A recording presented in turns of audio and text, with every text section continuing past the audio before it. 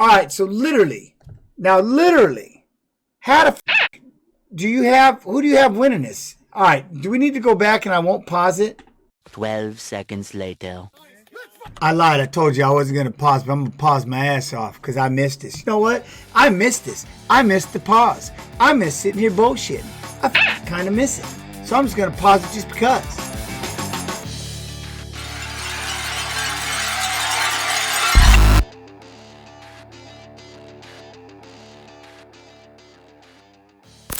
And in this corner, we got Leonidas. He's 6-1 in Satan's backyard fighting out of Demon Fight Camp. Fellas, be safe, fight hard. See, yeah.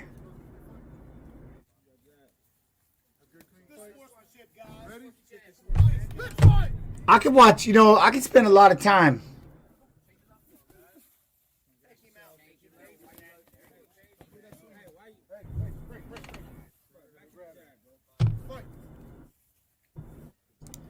So this is in front. So this is in front of Face's house. Cause just let it be known, Sunshine. At some point, hold on. I'm gonna show you, man. Yo, Sick of Salmon, how you doing, man? You good?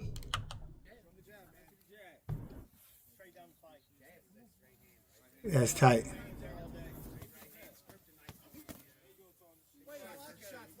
See, I like how he throws. I like how he throws that. Look at little Ty Tyson. His hands are so much better now. That hook, another hook. Look at him. He throws 6 times every time. Here's the best part about this. Every time Leonidas throws one punch, right? Then he hits you with 6 fucking punches. You know how irritating that would be? I'm not lying to y'all. You know how, I mean, you know how maddening that would be that every time you try to throw a jab at somebody, bam, they hit you with 6 shots. Like, fuck 6. So then you're going to try to get in there and try to throw 2 punches, and so they hit you with 12 shots. That's frustrating. But you keep that in mind, man. If you are fighting, overwhelming somebody, that's kind of how you would do it. Every time you pop a jab, you know. I missed the fact that the ref doesn't have a, you know what I mean? What up, Duke? I missed the, this headset. You know what I mean?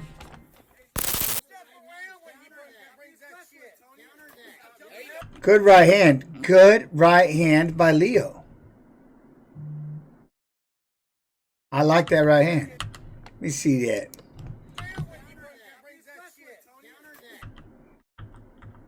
Good 1-2. Good 1-2. Eyes open. Shoulders out. Good punch. Ooh, good punch.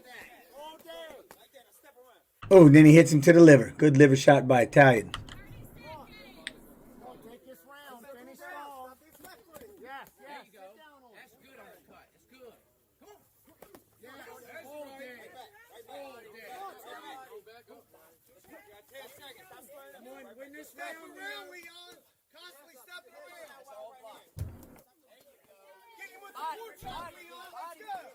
Ooh, ooh. Oh, oh. God dang. All right, do I have, how many people do I have in here watching this fight? Like referee watching this fight? Who do you have winning the first round?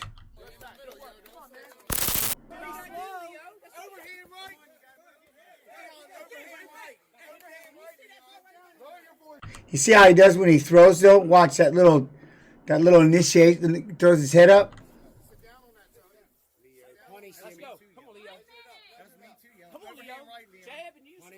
His conditioning is his boo-boo. See right there, he did it again. Even at his natural instinct. See? He just had even that little bit. Even that little bit. Think about it. And here's why. Think about in split seconds, right? In split seconds. And if we're both sitting here and I throw a feint and you rock back and then have to come forward, right? Back and then have to come forward. Think about that time. As opposed to you start drilling, you're here, and as soon as they move, bam, you just blast them. Just in it, you just flip one out there, right? So there's definitely a difference. You can tell, but this is getting really stupid technical. You know what I mean? See how much it costs, but you see how much it costs, how much time that takes to then come back and throw it when you're supposed to try and be sharp, as opposed to as soon as he makes even a motion, bang, you just throw it out there. Flip it. That's your jab. You don't need to keep this hand up, keep your chin down. The other thing is, kind of rocks up so it looks like his second punch. He's going to have his chin up. And, of course, he's getting tired. But my man's been throwing a lot of punches. All right, so literally, how the fuck who do you have winning this? All right, do we need to go back and I won't pause it?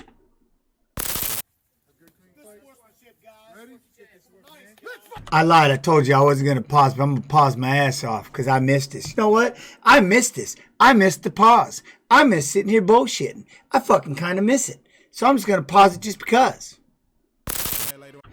Oh, what's that? That's what you want to ask about Nate going to the extra cardio session, though? What was going through your head? No, I mean, well, that was the thing. At first, people made a big deal out of it. And the only reason why I said, "Are you serious?" I was like, "Did you serious?" Because I didn't know what he went to do. But I get it. And that's the thing. When people like on the other side try to make the smart ass comments, or people are like, "Oh, he was leaving your team." No, he wasn't. Here's the problem. We were so fucking successful, he had to actually fight one of his own teammates. So I get why he went over to the other side. So he can work with BJ and he can have, you know what I'm saying? Because he had to fight his own teammate. Ironically, if I wanted to be a dick, I'd be like, well, if they were any good, they had somebody against him. Problem was he had to fight his own teammate because we were running that fucking show. Period. We ran the fucking thing. So, whatever. 4 guys went home. None of them were from my team. And I picked some. Actually, 3 people went home from their team. And I picked up somebody. I adopted somebody onto my team. So, not only did I not lose any. I did lose one. But I acquired another person. You know what I mean? So, I mean, I get it. Yeah, it was definitely a hype thing. But, I mean, I understand it. Why does he want to sit there and... At the end of the day, and it's the same thing I told him, like everybody, you're here for you. That's what's the greedy thing about MMA, right? Or anything that's an individual sport, any kind of job, anything really that's individual. You're the boss in this sport. You're the boss. We all work for you. Who you bring in as a nutrition coach, all that. That's up to you. The fuck would you feel guilty for? It's your machine, man. It's your fucking race car. It's your story. It's your life. It's you. You need to go find the people that are going to make you comfortable. It's not the other way around. You know what I mean? Most serious injury or surgery as a result from fighting? The Thai fighters are pretty hard to fluster with something like that. Skarbowski was basically trying to save him. The most serious injury I've gotten from fighting, as a result from fighting, is the motherfucking heartache of being too old to keep continuing to fight. That's the fucking injury. That's what sucks ass. I'd fight till the fucking day I died if I could. That's what sucks. I did almost lose a testicle. I have my hands all busted, but they don't hurt. I've got no injuries. I don't have no knee. My knees are good. Hips are great. Everything's beautiful. Father Time just told me that it's done. I don't like up here mentally. That's the most serious injury in the world. The most serious injury in the world was the fact that I was done. That with this much health, feeling this good, I'm physically done for the rest of my life to be able to perform. That sucks ass. See, and that's the thing, you know, and it's just, that's the thing is, you know, I don't have regrets. I can't rewind. I can't go back. You know what I mean? But it just sucks. It's like, well, now what do you do for the rest of your fucking life? It's a long time to go figure other things out. You know, I miss it. I miss the noise. That's why I like watching these fights.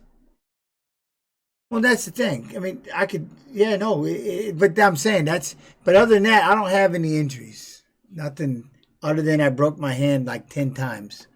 And that's being an idiot. You know what I mean? You ever been so beat up your limb is numb? Yeah. Yeah, that Pauling fight, man. I couldn't even feel from my hip down. Throwing those leg kicks, my foot was about this big fighting Faber. They swore up and down that thing was broke. I looked like Jan Jacek on the side of my face. They swore that was broken. Didn't hurt, but I looked like shit. What was the best post-fight party you've been to? If I told you I can't remember, that's probably because it was that good.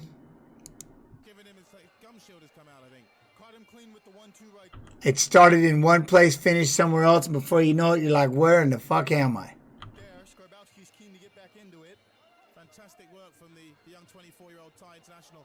And there it is. That switch step is very... All I know is you come barreling out of the place, and it's like 12 o'clock in the noontime. And you've been going at it since it don't even open until like 3:30, 4 o'clock in the morning. And and all of a sudden I'm like, what in the shit? Like 12 o'clock in the afternoon.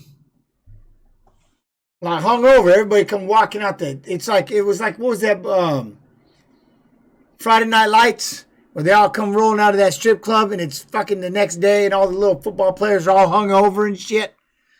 Something like that. And you just come staggering out. You're just like, is that the sun? Yeah. I'm like, are you shitting me? Like, what time is it? Like, it's 1 o'clock in the afternoon. What? Get up out of here. Hell yeah. Now, man, I'm going to have a hard time explaining this one to the coaches. Hell. Did your life change at all after the John Lewis KO? Yeah, it did. It did because Dana White was in his corner. Then they bought the UFC, and then they're like, where's that little dude that knocked out our coach? Yep, we want you. They called, and they flew my ass to Japan to watch Uno defend his world title. Uno defended his title, and they said, that's who you're going to fight for the first ever 155-pound world champion. So, yeah, if I'd have lost to John Lewis, I wouldn't have been fighting for the 155-pound world title. I wouldn't have been the first ever UFC world champion, lightweight world champion. The problem was, going into that fight, I was so crippled, but I had to fight anyway. So I was like, fuck it. Just bite down and throw a punch and see what happens. So my whole life changed because of that fight. I became the world champ. What was it like the first time I ever KO'd someone? How about this? The first time I KO'd somebody in the cage, fighting-wise, it blew my mind. I thought it was the coolest thing in the world. I was like, holy shit, this is awesome. And the reason why I say that is, it's one thing in a street fight because all kinds of crazy shit's happening, whatever, okay? I mean, I'm not even trying to glorify that. But it's another thing when you're in there and against somebody that's training, has coaches, has a game plan, they have what they're going to do, right? They have their things laid out in front of them. They've got their direction. They got a game plan. And to be able to go out there and pursue your game plan and then to have that effective and then to be able to put someone away. And it's the craziest thing in the world. I still remember this. I don't think I'll ever forget this.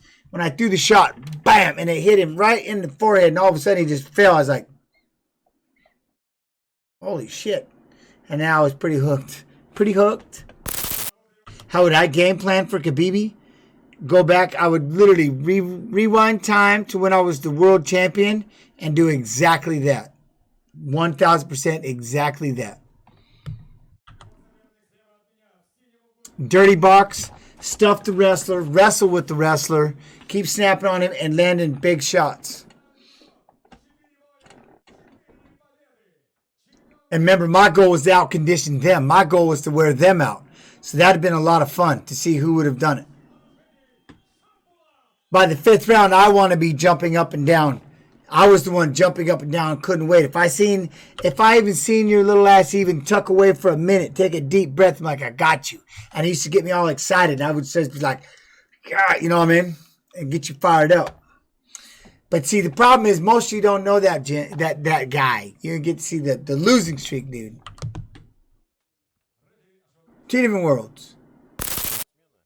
See, the reason why I say it was to be right here and be in this position here, because this was the dirty boxing that I loved. This is that clinch wrestling that was my favorite thing. Pummel, pummel, and just land shots, but never actually shoot a takedown. Never create space. Stay right there with one hand on them and just start beating the shit out of each other. If you look at it, see the people, they're either clinching or they're striking. They're not, in the dirty boxing world, they're never mixing the two together. That was my baby. Look at him. This guy's willing to take all kinds of punches, and you see how you notice he's not trying to rip this arm with Khabib. He's still taking his time, keeping position, and just throw the punches until the guy has to let go.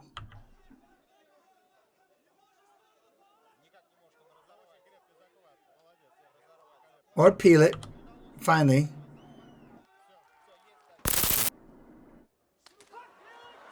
Oh, he got sat down. Oh, I'm going to pause the fuck out of these.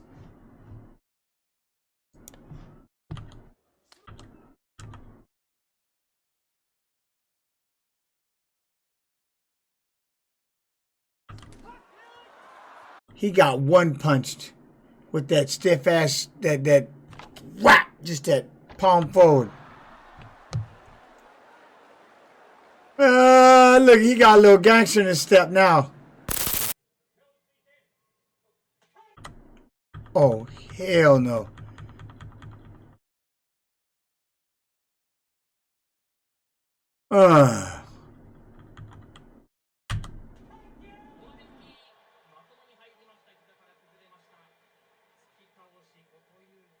Now, I'm not going to lie.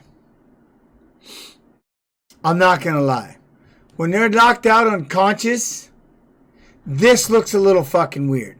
I mean, it's one thing when you're sitting there doing your sumo, and you're sumo, you know what I mean? You're fighting in your uniform, but it's a whole nother motherfucker when you're sitting there just flopping around on the ground. Look at that. That just don't look right.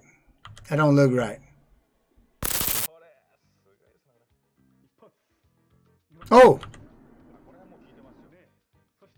Oh, we got some slaps. Sat big boy down. Oh, he gonna break his toes. Oh, he gonna break his toes. Back.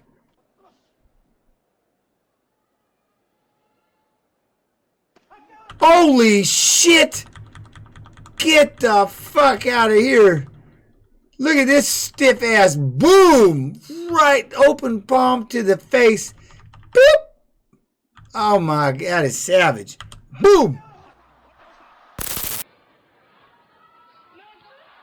That motherfucker just threw a flying knee.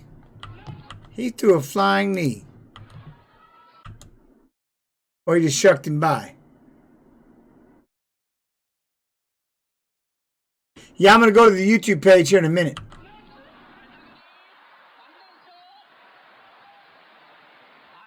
Look at him. His butt cheeks got a little tighter. He walks with his shoulders up. Gangster. That's what he's thinking to himself. Gangster.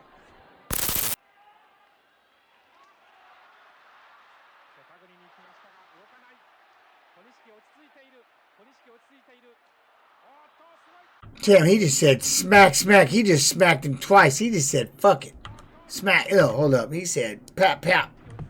He threw a 1-2. Look at my man. He said, can you request a Melvin Manhoef? I'll figure it out. We'll see what we got.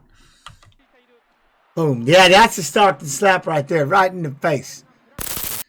How many seconds would it take for Prime Gens to KO one of these sumo guys? Well, hopefully it'd take about 2 seconds, because I like to get in there, hit him real quick, and not have to get all this shit falling on top of me.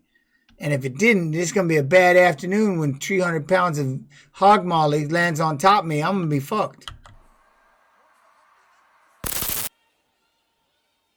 See, I'd have to be that guy right there. Left hand. Left hand. As soon as I touch, left hand. You know what I mean? Touch, left hand. I'd have to sit up. Go from that football stance. Ready, set, hook. Left hand. I have to do it. See, from right here from the touch. Left. Oh yeah, they tear me up like porridge. Boom.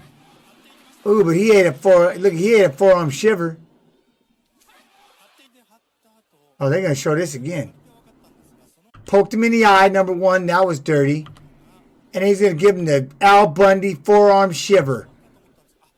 Boom. I wonder if he yelled poke high when he did it. Poke high! See? Whoa! Whoa! See what I'm saying? See what I'm saying? Whoa! And step to the fucking side, for fuck's sakes. I was not ready for this. Not ready. Saddle sores and shit off on the side. Man, what the? Alright. 5 incredible sumo wrestling. I'm calling this a day. If this is their version of it, he is ripping that thing right up my man's ass crack. Holy shit! Oh shit!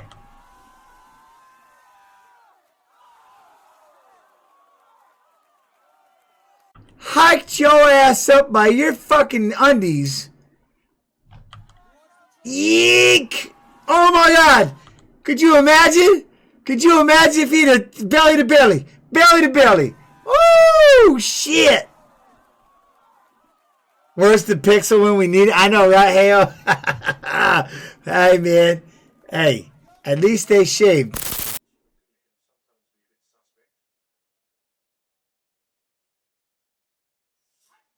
Oh, he did a shuck by. You tricky little motherfucker. Watch this. He does a little. Look, he held up the thing and the bull came. Ole, watch this. This is bad. Zip. Up and then run his ass off the road. Ooh, my man held it. Okay, hold on. My man held it. He held it. He kept his feet in the line. Look, he kept his foot in there. You, all right, big boy. Quick turn. Ooh, he's holding. He's holding. Oh, something's about to happen here. Somebody's about to ride. There it is. Underhooks. Underhooks. There you go. Oh, yeah!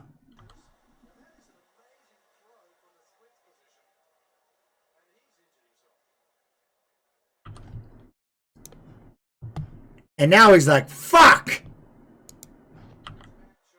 Ooh, look at it, look at this. Hip, hip, hip. Yo, Golden Cobra. What's up, champ? 3 months strong. You the man. Thank you very much, brother. How you doing? You good? Are you good?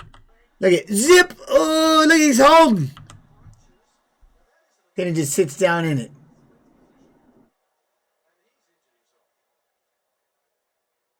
He's like, nah. He's like, well, no, we broke something. He like, you know, here's the deal.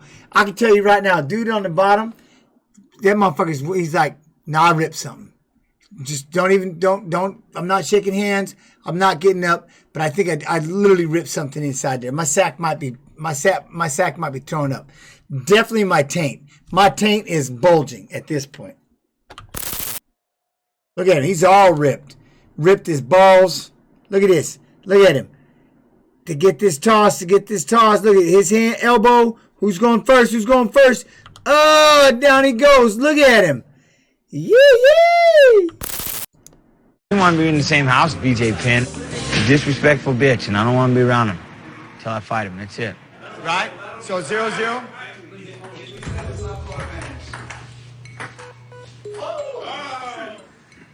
One point, Team Penn. Woo! Still 1-1, right? That was the fault? 1-1. Ah, too much. About beating gens too, you know. I want the 10 grand, but I don't want to lose to him at anything, you know. Yeah! 6-3. Some call it luck. That was good. BJ's doing well, and BJ wins the first game. What was that? Point! All I remember is at some point I want to throw up. BJ's so tense. It's like he's getting shot at. I mean, we can't function. They hit it. What was that? 3-3, but it's my turn now.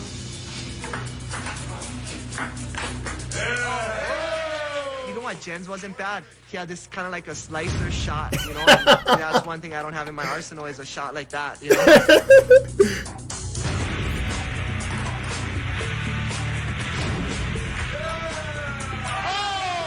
I mean, the fact that you're just sitting there playing ping pong, all these people around screaming, Dana's waving that big fucking thing of money. Ugh!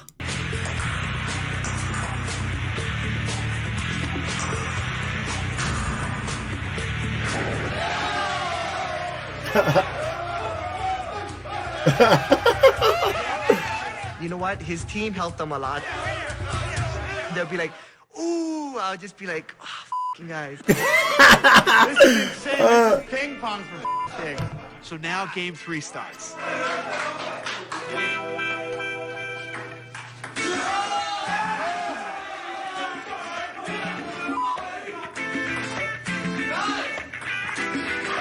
Oh, that fucking table. This is a good f***ing game. What's the score? 3-1. A lot of money on this. Dana's waving it around like it's a big red banner. Look at the brick. Look at the brick.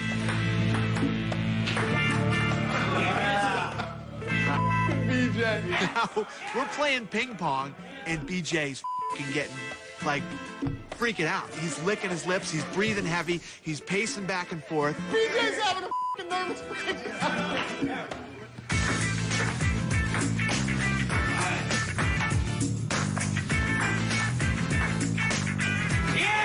Long ball again. He's always mean mugging me, Z-Ron. I don't know how you knew that, Jean, but I can't believe you caught that. Wyman was always mad mugging me. I don't know. It's like it really drove him nuts. Look at Pena's back there like son of a bitch. Andy Wang is now, remember, Andy Wang is now on my team. He's no longer on BJ Penn's team. So hopefully, if he's on the right team, he gets it. Everybody gets $1,000, right? Corey Hill, rest in peace, right there, little loud ass son of a bitch. So Wang's like, man, I better be on the right team. I can't have Wang like he chose the wrong team. The table was not long enough. Every time I seen it, it's like, can you lengthen it 10 feet, please? 10-9. Now you gotta win by 2, and it's my serve.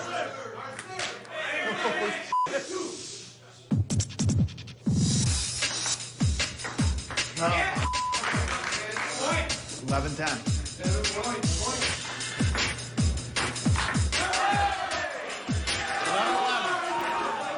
It gets to the point where The fucking pressure. The pressure. I'm getting nervous right now and this shit's over with. And I'm still fucking nervous. it's a tie game. It's 11-11. If everyone play it down.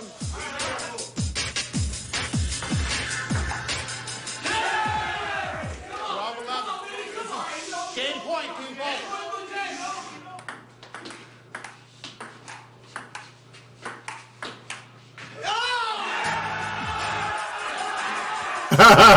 And all of a sudden, I just went, ah, and I just laid the ass whooping 3 points in a row.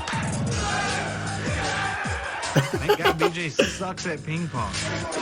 BJ, he is devastated. He is not happy. Did I ever fight one of these guys, Joe? Nah, hell no. Oh, he ran right into him. Hold up. How old was I when I first stepped in a boxing gym and sparred? The time I went up to Chicago and went to Sam Colonna's place and boxed and just boxed against boxers was one thing, but otherwise when I was here and I moved to Militich and we were sparring, but that wasn't with just, well, Teddy, there was a couple of pro boxers that I had to spar with, and of course Militich, he's kickboxing, boxing, MMA, he knew, has everything, Jeremy Horn, everybody, so I don't know, I was 22 when I got here, something like that. But I didn't become a boxer until I got knocked out by Ludwig. Then I was like, it's time, I better go learn this shit. Before that, I just thought I could brawl. I was a sprawling brawl guy. I wasn't a boxer. Watch this. Boom. Poke high. Hits him with the poke high. Bruh! I don't know, but they should be. Look at him. He's wrecked. He clocked him. Woohoo! Look at that step around. Get out. Look at that. Perfect hip toss. Perfect. Perfect. Yo, funnel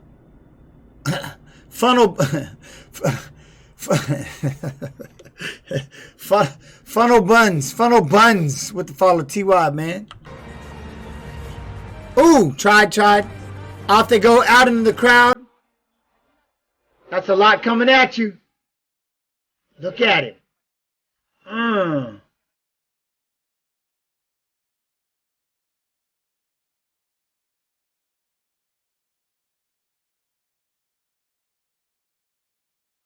Ooh, nice.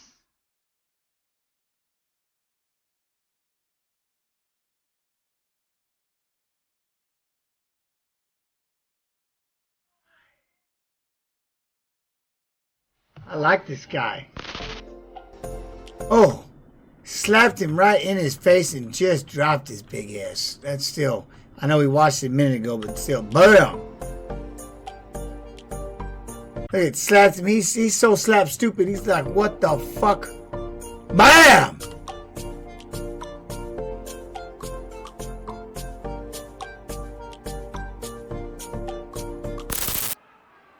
Us! Woo! Woo! Oh! Damn, that lady almost got wrecked. Oh, there it is. He went for it too. Look at it.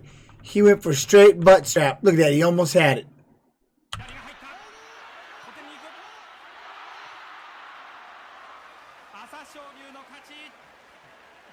Yeah, someone wasn't doing good there at all.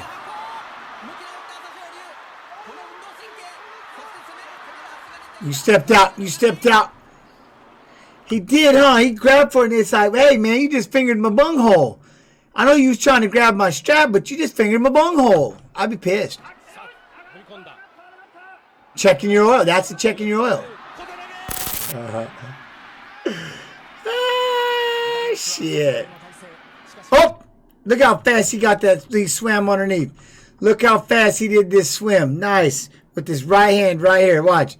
Quick space. Boom. Got that hand in so fast. Underhook. Yeah. There you go. He's got the butt strap. Ain't nothing you can do now. See, the underhook, butt strap, overhook, butt strap. We'll see what happens.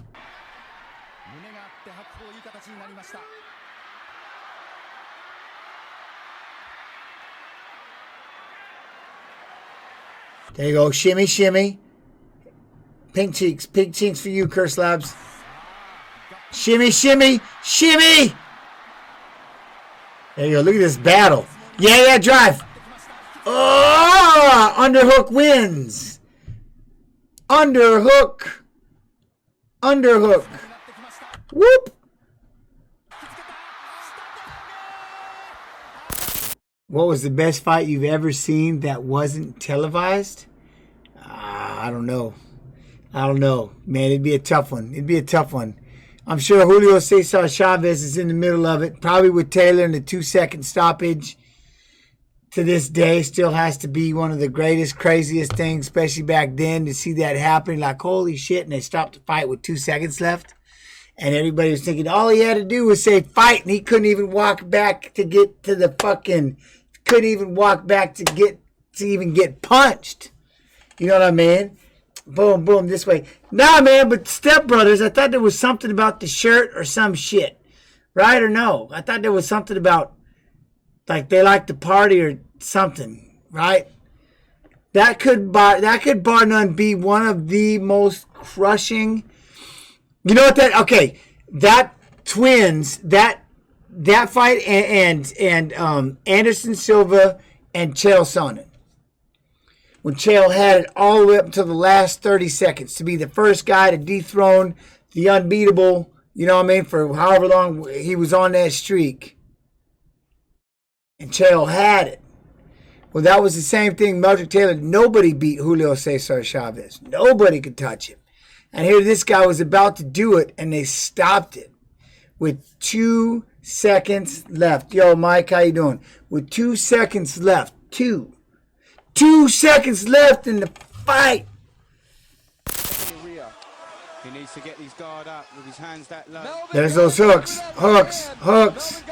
Oh! Melvin coming forward. Cyborg blasting away with a jab. Somebody's going to go down here, folks. Cyborg looks to be puffed out quite badly at the moment, Stephen. He's taking. Oh, he's got him. I think he's playing a game here. I think Cyborg is trying to outsight Melvin at his own game. When he was dropping the hands. Good. Plumb the head, throw the knees.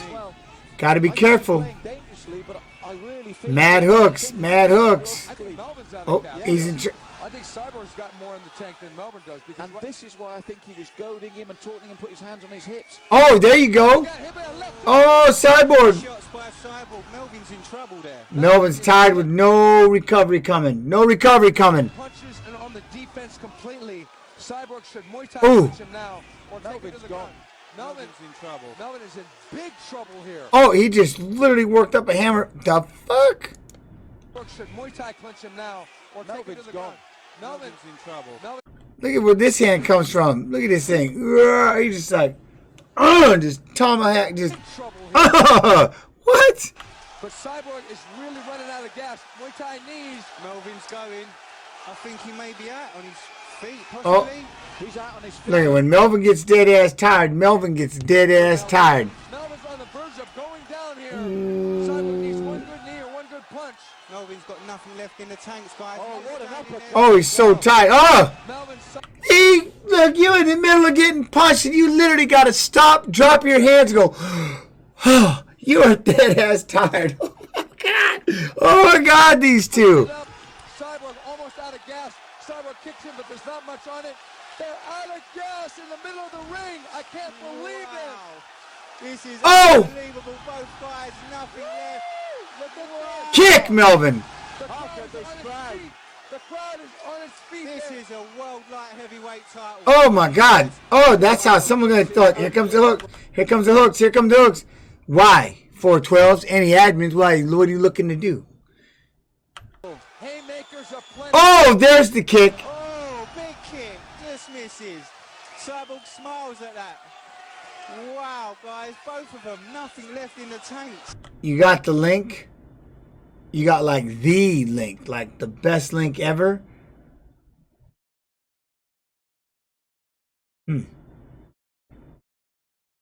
Oh, the party one? Tornux. We'll get Tornux to permit it. This is exactly their. There you go. Curse Lab. Fucking ass Curse Lab. Speaking of Curse Labs, you're going to have a laugh here in about... Yeah, we're going to laugh, you and I. Running on empty, they're running on fumes. Melvin with a big... Oh! Oh! Fucking down he goes. Oh! Smash! Oh, and he stopped it. Oh! Unbelievable! Melvin Manhoef has pulled it out. Cyborg doesn't realise it's over. Nothing, look. He doesn't realise it's over. He was trying to hit the chest of Melvin Manhoef. He didn't realise Melvin doesn't realise he's over. Melvin's being held up by his team. Both guys are out on Oh, that was crazy. It's like a scene from a Rocky movie, guys. That was badass.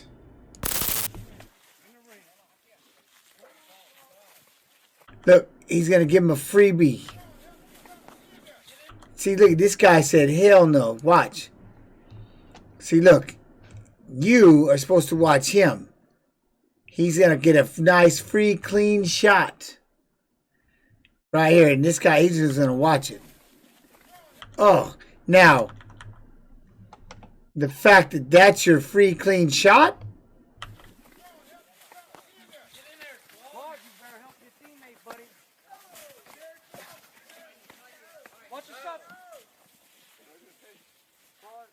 It sucks, Pira. Sucks, man.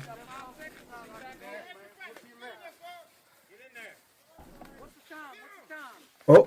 They got 20 seconds. Oh, excuse me. No, Oh, good right hand. Good right hand. I'm sorry. 10 seconds. 10 seconds. Yeah, he does. 5, 4, 3, He deserves to get kicked right in his ball sack. 2, 1.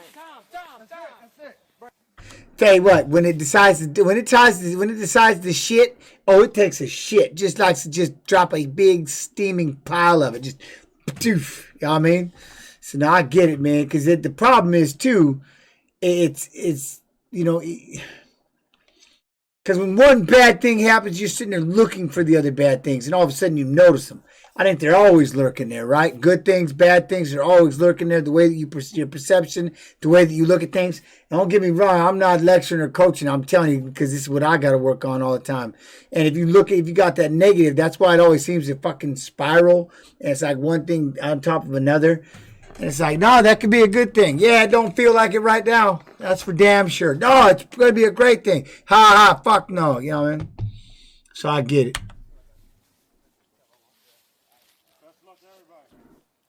Good luck, guys. Great. Y'all good to go?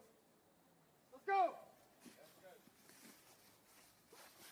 Well, yes, you definitely got to keep going forward, and that's 100. And of course, then the other thing, like I said, especially when bad shit, negative shit happens like that, and I apologize, again, it sucks.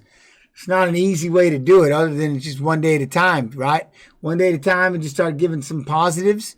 And it's a hard thing in the beginning when you just want to stay in the fucking dumps. Be like, man, fuck all this. How? Pop up.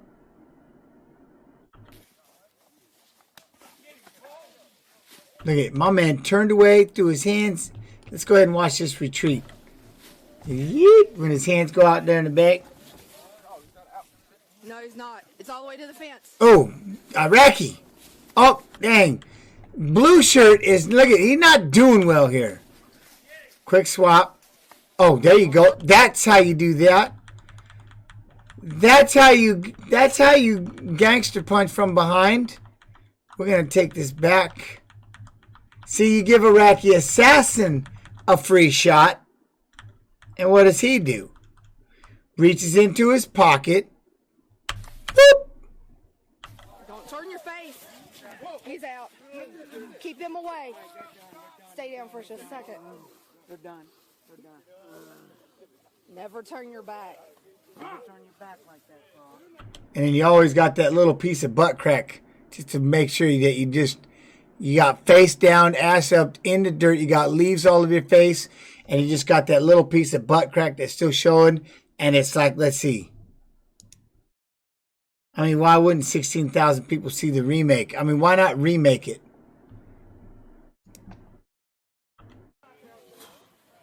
Yeah. Got to do it, man. You got, man, NHL, you got to do. Remember the hockey back in the day? The hockey fights, they was baller. We could pop somebody and knock them out. What was that? There was what hockey game was that, man, back in the day? And the Red Wings were gangsters. Just crush everything. Oh, look at that, though. You hit your face when you went down? Just take a minute. You know where you're at? Yeah. I mean, he's got a good attitude about it. But it does look weird seeing that little piece of butt crack. I'm just saying. Don't stand up yet. Oh!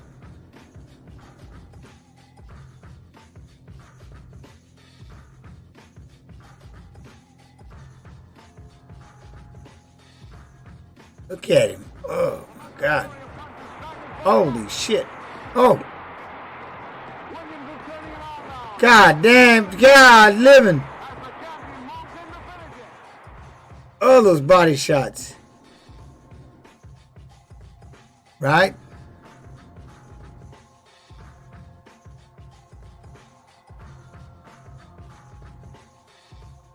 Boop. Oh my God, that's so sick.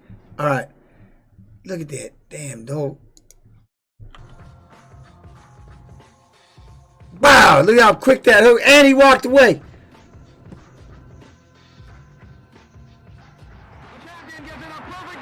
Yeah, that'd be tight. That'd be cool.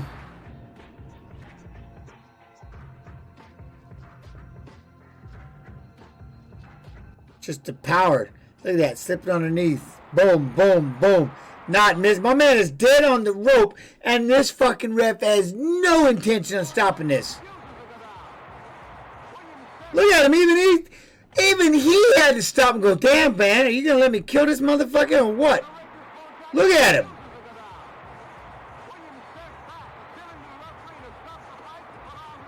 Fuck, Lord, look at this.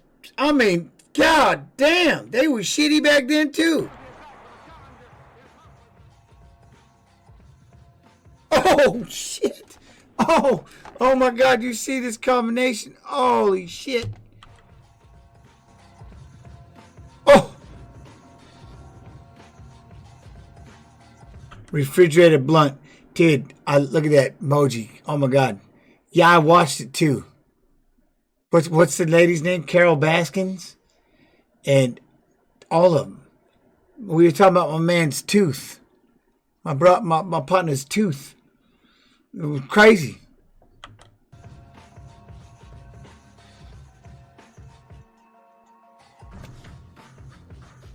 Old Chopper. Thank you, Buster Caps. You get what you know what I'm saying. Old Chopper.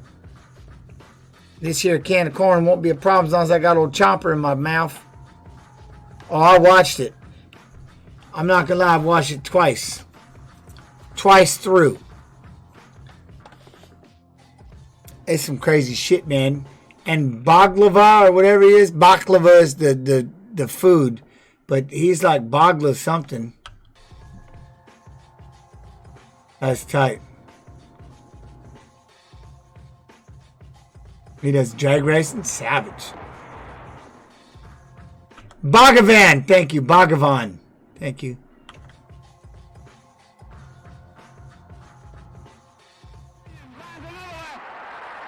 Tiger, what? Dana said, what? No fight win.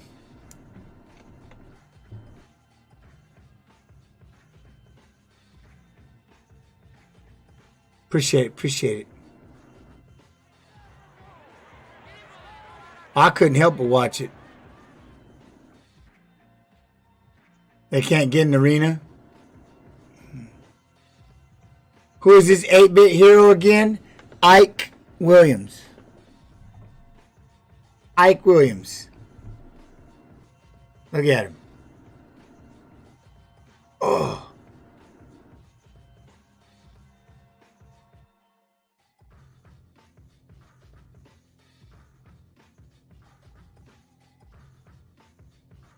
I told you, man. The Khabib vs. Ferguson fight is not supposed to happen. This is the best combination right there. That is just, look at him slide his feet. Sick mother trucker, boy. God damn, what a gangster. Do you know what this is? Yep. Jersey Joe Walcott versus Rocky Marciano. First title shot. 13th round. Marciano is behind on points and losing the match to the champion, Jersey Joe Walcott.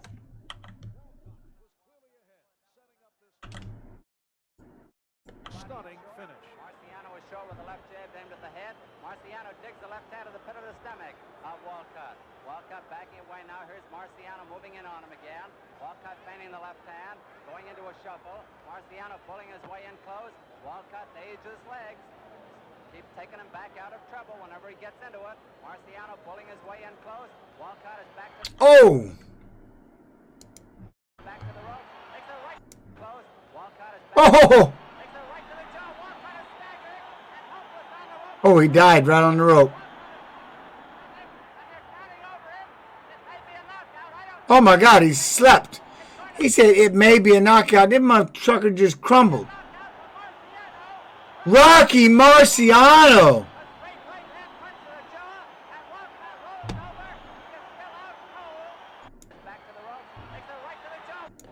Keep taking him back out of trouble whenever he gets into it. Marciano pulling his way in close.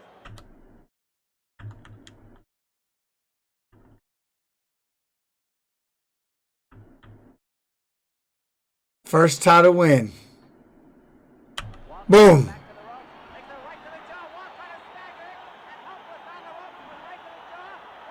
That is badass. Rocky Marciano. Crazy. Crazy. All right, hold on. Number one. Let's go ahead and have this right now. We're 6 minutes and 3 seconds into a video that lasts 8:28.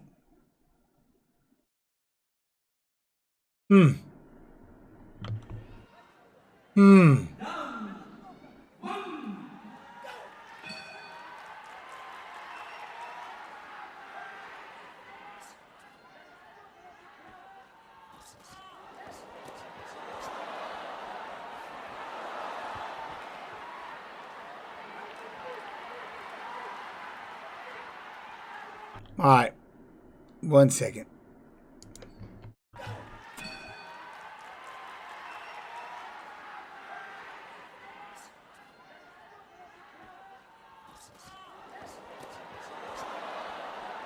He's just coming uncorked. All right. Arch is way too calm right now. See that he's closing the distance with his hands. See what I'm saying?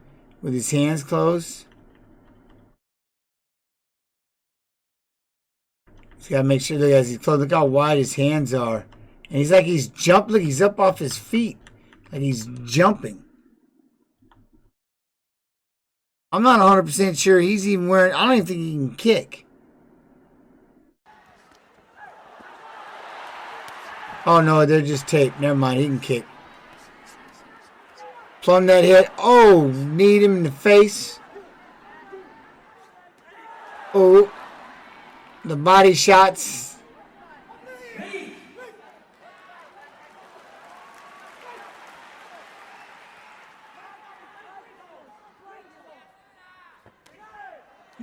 Leg kick hurt. Leg kick hurt. There's the jab. Ooh. Good combination, though, by Pat. Oh, and then he spins one off. This guy. What kind of ballerina hop was this? Oh, money. Boom. Bip, bip, whip. That's my bip, bip, whip. Big knee. Mm-hmm.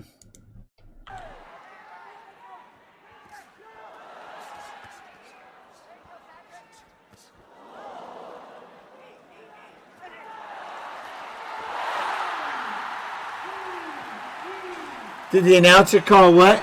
Break. Look, he made sure that you didn't even bother counting. He made sure to lay as flat as a motherfucker would if you're in the woods and a bear came at you. He just went play dead. He's like, he made sure to not even move. Even when the ref started counting, he's like, mm-mm. Mm-mm. Nope. He said, hell no. Hell no. He wasn't going to let that happen.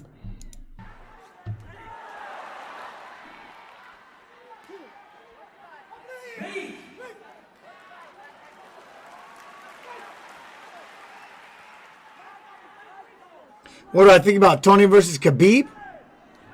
It's can't, man. You know?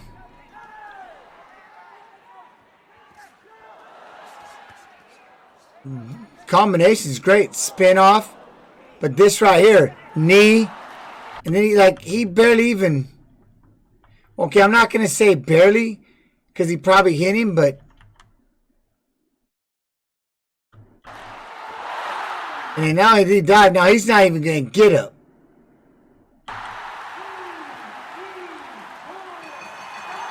See, when you lay flat like that, they're probably going to stop counting.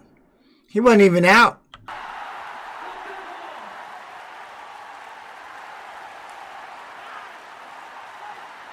See, I told you, it's the land of ponytails.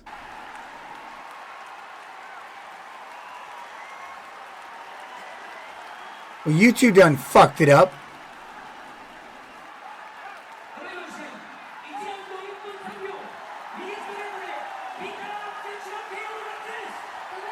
Yeah.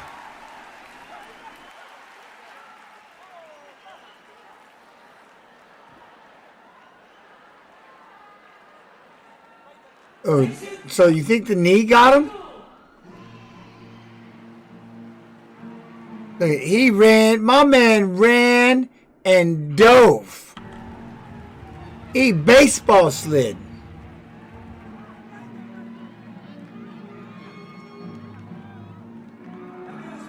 It didn't even hit him. He couldn't even get up. That's crazy. How many people are in this damn thing? All right, so here's the finals of that same tournament. So now this is Arts and Masaki Satake.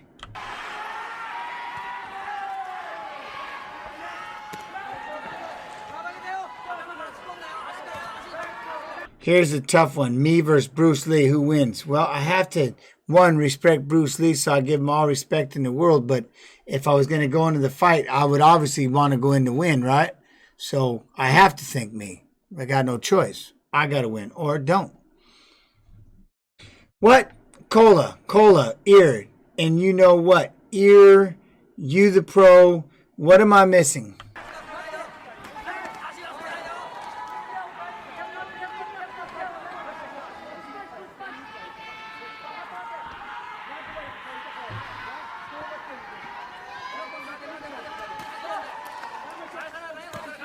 Look at that heavy ass. It don't look like a lot, man. That heavy ass lead, that left leg. All right.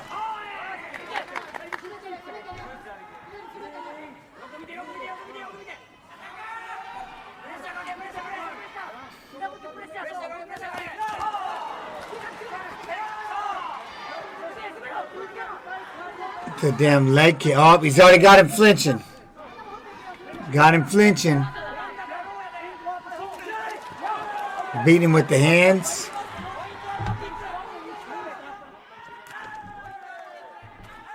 Oh, just stuffing. Oh, holy shit.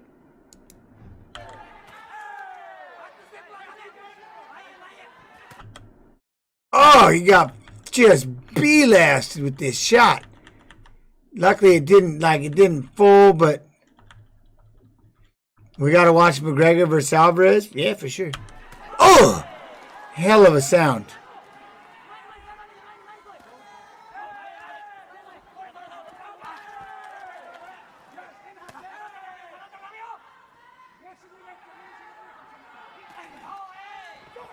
Anybody is only one away. Bruce Lee was faster. His strikes, his kicks. Naturally, I'm trying to grab a hold of you and just take you straight to the ground, right? There was a time when I didn't like standing up till later on in life. Then I became only stand up. And that's just on the fact that I would have to believe. Otherwise, why get in the fight? So it's not being any way, shape, or form disrespectful to anyone. But you can go in there confident that you're going to win the fight. Because otherwise, why go in there? Why train?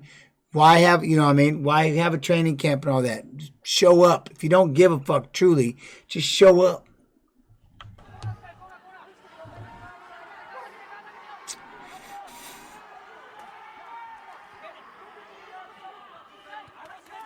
But if you plan on winning, you got to train. Plan on winning.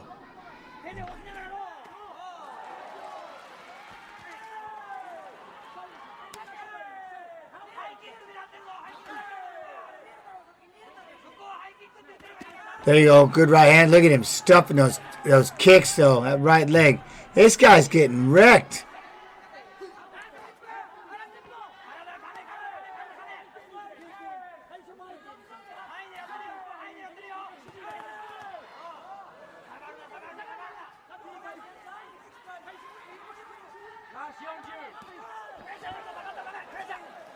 Damn, Peter trying to kill him. Peter trying to kill him with those kicks, man. The kicks and punches are good, though. Look at him. All right, he's in. He's like, yup, let's do this. I'm in. Let's go. The old lumberjack back in the day. Have you noticed, though? Here's one thing. If you look at Peter, look at the size of his legs and his ankles. You know what I mean? Yo, Frump. Yo, half a year down with the 6 months, my friend. Thank you very much, man. I appreciate the sub, Frump. Hell yeah. But you ever notice how, look, spins went off? You ever notice with a lot of these fighters, like some of the heavier guys, they've got like a real tiny bone structure. Like they got a big ass belly and they weigh 300 pounds, but they got these ankles that look like they're just fucking little stilts. This guy's legs are like literally, they're massive. Adidas bag on the back. Adidas bag on the back. Look at that jump. Look at that tracksuit. Chat, I'm just letting you know right now. I'm sharing this right now. If we were going to do a quote-unquote Jens Pulver tracksuit, taking it back, this is it. This is it right here. That means Tornux, Selector, and Curse Labs all would have to wear one as well. And we would all match with that fanny pack on the back. If I caught it around front, you're going to get your ass in trouble. You flip that thing around behind you, and you give everybody an opportunity to unzip that fucker and pick it. All right? You need to be able to pick that shit. 1994 right here, refrigerated. You got to be able to give them the opportunity. So flip it behind you, because that would just look funny in the front, wouldn't it? But look at the way the Voltron mask. I mean, look at this. This is money. This is beautiful. Because look, I see with this guy, it's like on his sleeve over here. This dude just comes in and fucks it up with his white shirt and whatever. But this, it's like the fanny pack. Okay, here's one. I know you don't think it did, but maybe the fanny pack came with the outfit.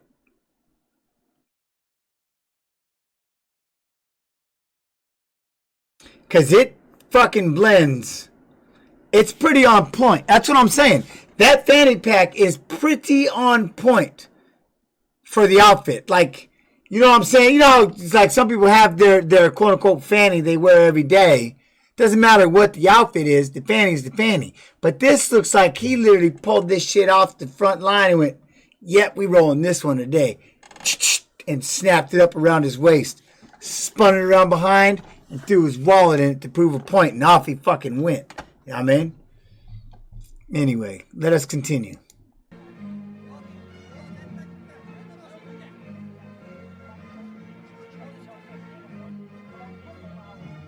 I mean, because he hasn't even reached back there and pulled out any kind of tape, any kind of, you know, the grease, anything. I don't necessarily know if that is a corner bag. Like a cut bag, you know what I'm saying?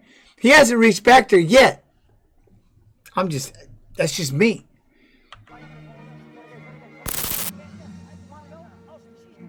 Oh, wow, he tattooed that right on the fucking chin. Are you kidding me? And look at him as he comes around to do this. Hold up. Watch him spin this off. Look, he's already looking. See, I've never even experienced anything like this. So in that karate-esque, how they say to get that head spun around first to see the target. Look how fast he got his head around. Look, he's looking directly at the target. That's pretty salty, man. He puts that glove right on that fucking chin. Right outside of the other glove. And look at, he's looking right at it. That is perfect. Perfect. I can't spin around like that. To be able to spin like that and be able to, fuck no, I get dizzy and keep on spinning and shit. I know me. I know my ass. Nah. I'd fall. Oh. Hey.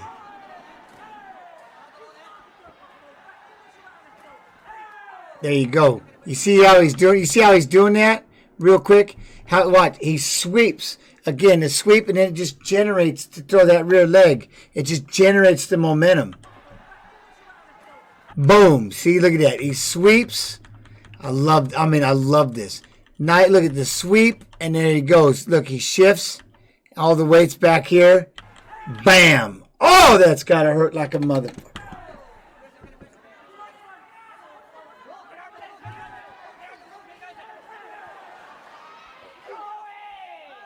Lead hook, rear leg, just that pulley system. Lead hook, rear leg, lead hook, rear leg. Oh, he blasted that thing.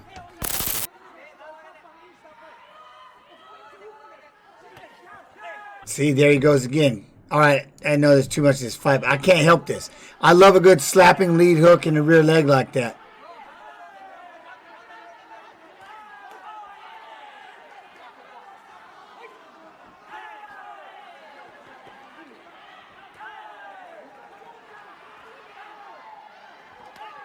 Oh.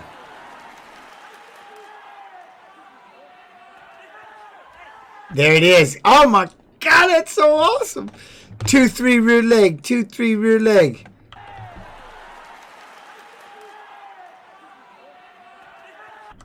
Look at that. Just watch the weight transition. Man, look, he drives a hard right. The leg slides. Look, he throws that hook to buy the time. Throws the hook to buy the time. Boom. Motherfucker didn't even see that. Look at, because his hands got moved. So he's trying to worry about getting his hands back. Watch. Now his leg is nice and loose, and he doesn't even see this.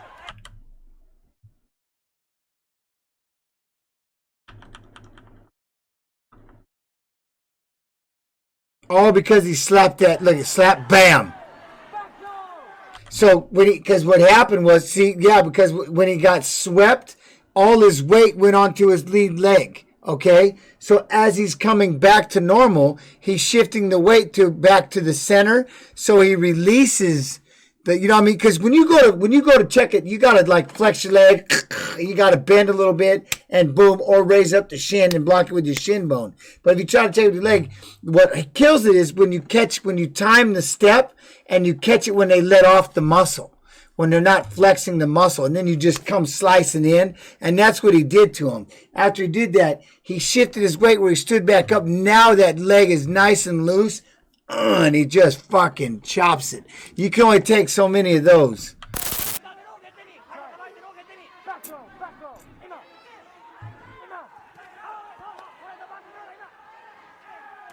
Oh, shit, boy. He spun that off quick.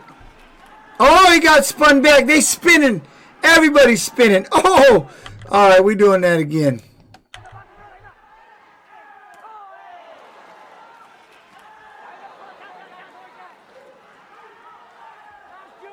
Yeah, this is 1994 K1, as it says right above me, but I'm just too damn dumb.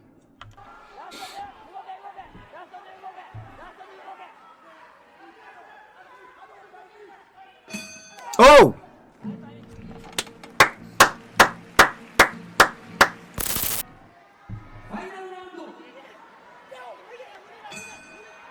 Round 3.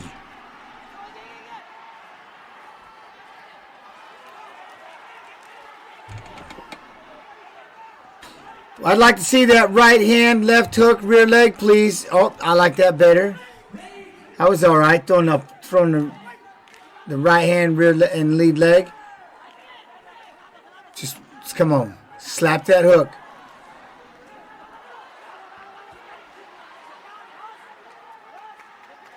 Ooh, the knees.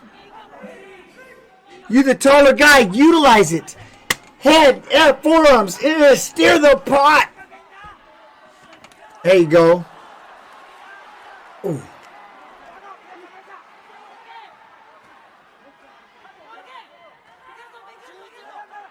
Left hand, right leg. Left hand, right leg. There you go. See, now you're spearing. Now you look. You're steering. Steer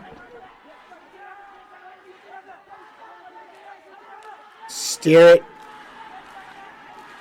There you go. That's it. I like it. Jab, cross, hook, rear leg. Jab, cross, hook, rear leg. Crowd's getting into it a little bit. We're all starting to feel it a little bit. Oh, yeah. Here we go. Let's go, lumberjack.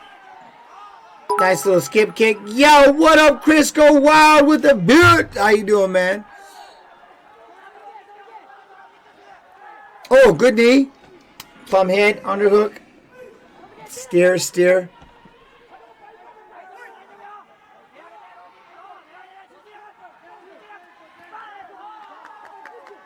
Don't let him throw that hook. Look at Peter.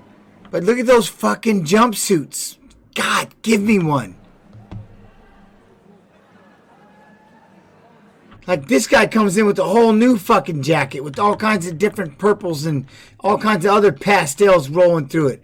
Look, he's like, dude, you didn't even fall in with the uniform. Why are you yelling at me? You don't even have my jersey on. You went with fucking Reebok and we're all over here with Adidas. What's wrong with you?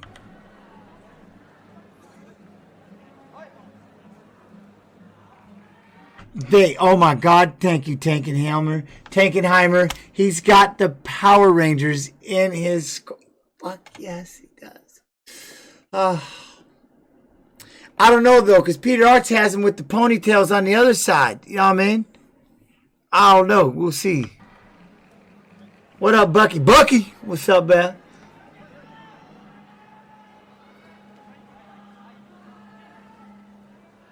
I mean, nothing says man, that ponytails is gangster. Look at that thing.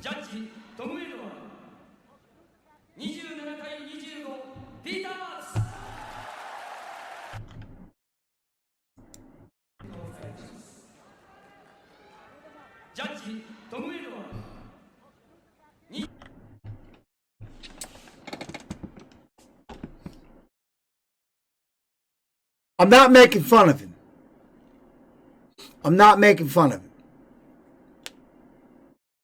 But it caught my attention. I'm not even worried about the bottoms. I'm more about, did my man tuck his jacket into his fucking pants over there on the left side? Did he tuck his jacket into his pants? Or is that like the most perfect fit ever?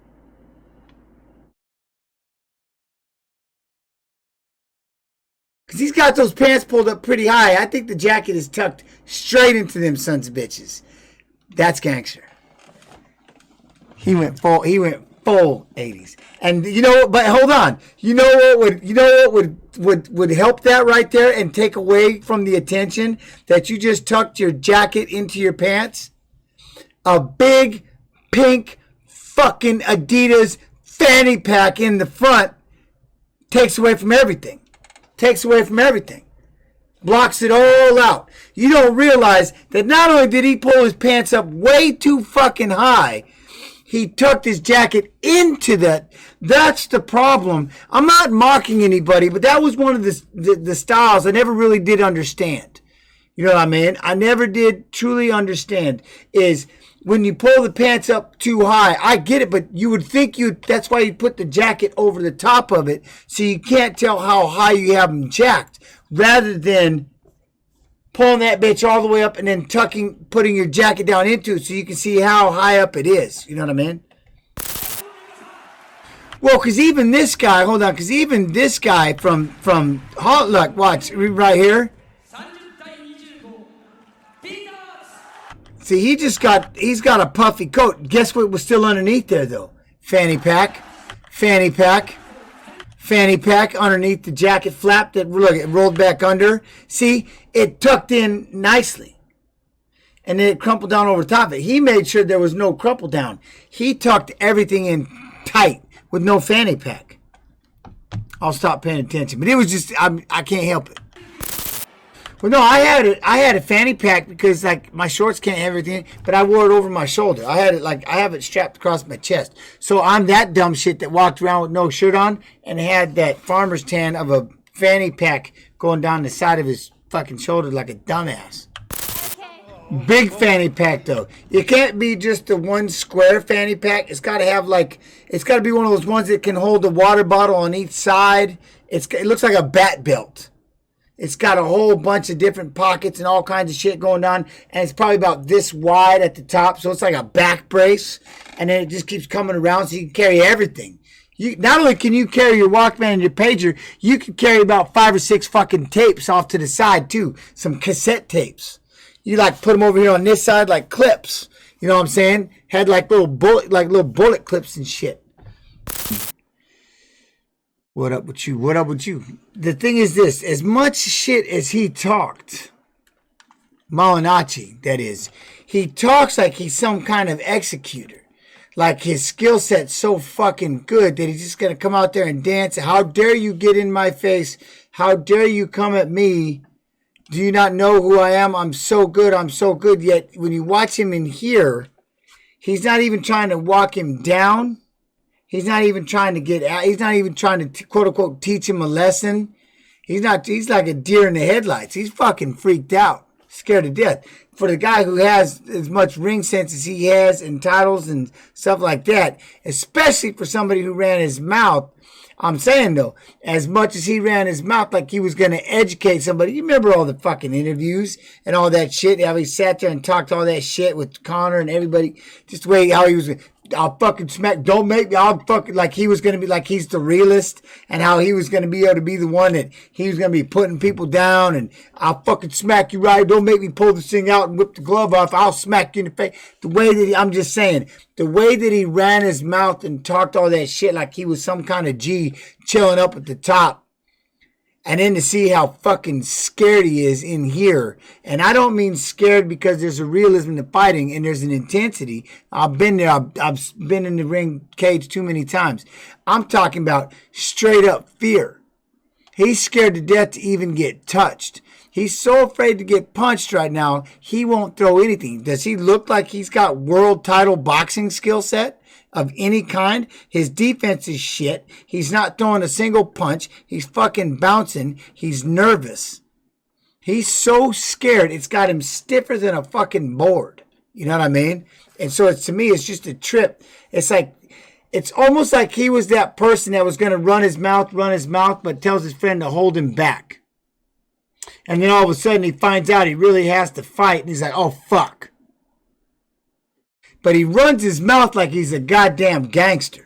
If you go back and listen to the interviews, and he's like the big brother looking down how he's going to pimp smack his little brother for talking shit. I'm going to give you these. Like, that alone is going to be enough to make me go, you're right.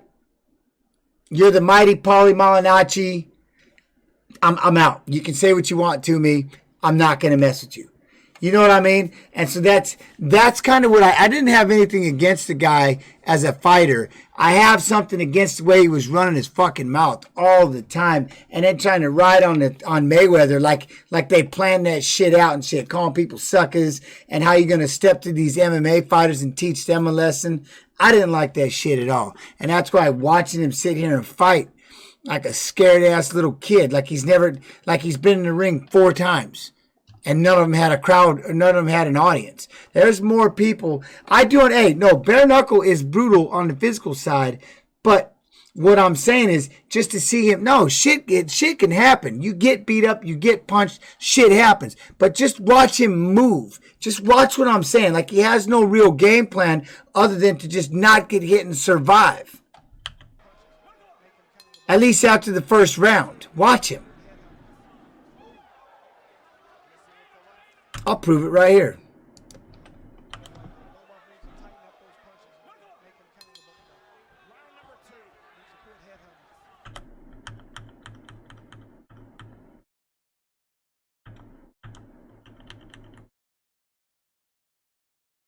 He barely leaned into that 1-2. It's almost like he was leaning back, like he said, do it inside. He barely even threw this.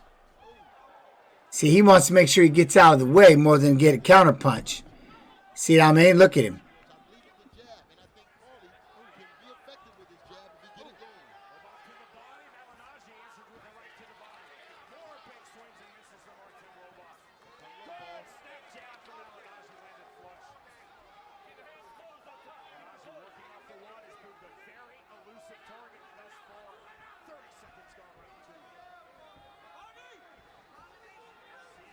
But look that's got nothing to do with the broken hand. Look, he's so afraid to mix this up. Watch. Right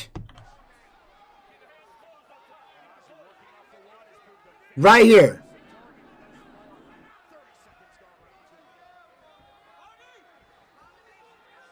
See, he's so afraid to get in that range. Look, there's the feeling. Anybody that's ever done it. Oh, Don with the follow. T-Y, man, I appreciate it. Mikey, Honcho. He's so afraid to even get hit with the counter. Look, he throws it like you're touching hot fucking water, or you're about to put your foot in a cold plunge. That's how he's fighting. Like he's about to step into a fucking cold tank, and you dip your foot and you're like, oh, hell no. Oh, hell no. It's like, why? You know what I mean? It's like, what are you talking? Get the fuck in. When are you going to bite down and just get in this shit? It's going to be cold every time you do it. But you see what I mean? That's what I'm saying. If you watch him fight, that's what I'm saying. He doesn't look like somebody who has had that many rounds in a boxing ring. He looks scared to death.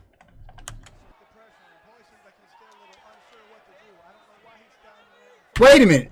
They're saying it, right? Hold on, because I'm not really allowed to listen to them. But hold on. They're saying it.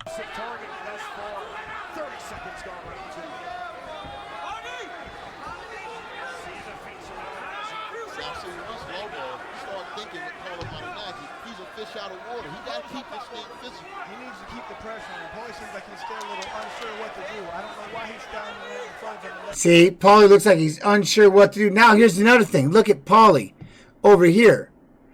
Righty versus lefty. Everything's about that foot being on the outside. Everything's about having that foot on the outside. Straight right beats a lefty. Straight left beats a righty. Having that foot on the inside, he's deliberately stepping there. Nobody with that kind of boxing, quote-unquote, knowledge would ever let that happen on fucking purpose. And see how he can close the distance when he does it?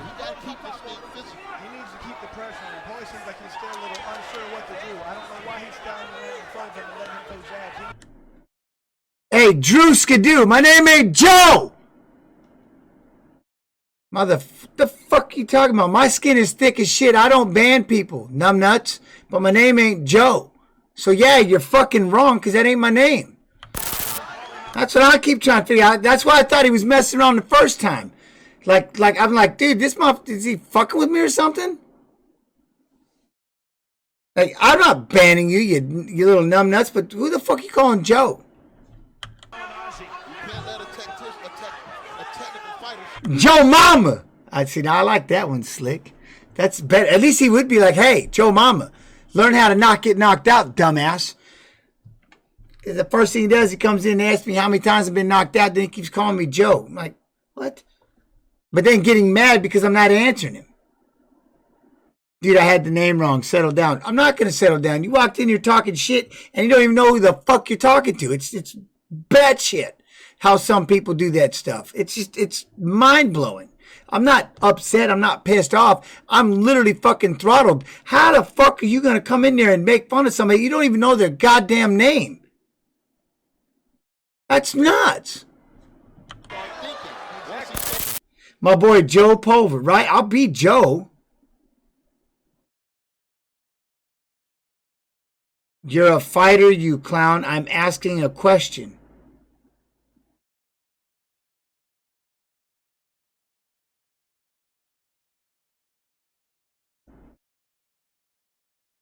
Fuck, I'm lost. With speed. Snap jab indeed, champ. That one looking for the entry. There you go. Now he lets a right hand.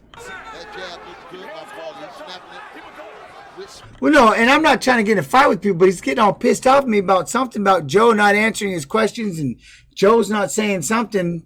And it's like, Joe, how many times you been knocked out? I thought he was telling me how many I got knocked out by Joe. I'm like, well, yeah, I got knocked out by Joe Lazon. And so he said, calm down, Joe. I'm not pissed. I'm just, man, it's not hard to speak up. Right here. Now, this is a good shot right here. But before you get pissed off at my reply, can you at least call me by my fucking name? Bearded Beast with the follow. TY. Hacker Man, I love you, brother. Thank you for the 27 months. Boom. Good shot. And he ate, look at, Lobo ate this like a booger.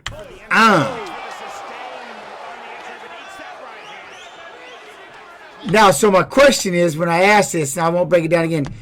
Now watch. Because, see, he was already leaning back so fast because he's so, quote-unquote, nervous to make, and he wants to make sure he gets out of the way. I think he could have, had he really stepped into that right hand, he really could have hurt Lobov. But again, he was like, ooh, and it's almost like he was shocked that it hit him, and he's already making sure he's out of the way. You know what I mean? You're so quick to not get punched that you're like, you're cutting off half of your reach and range, yeah? And the other thing, sorry about chat, and I'll leave it alone, is I didn't ban anybody. So I got to sit here and get yelled at and shit. Somebody lost teeth. Did he lose teeth? What? That jab looks good, my ball. He's snapping it with speed. What? Teeth?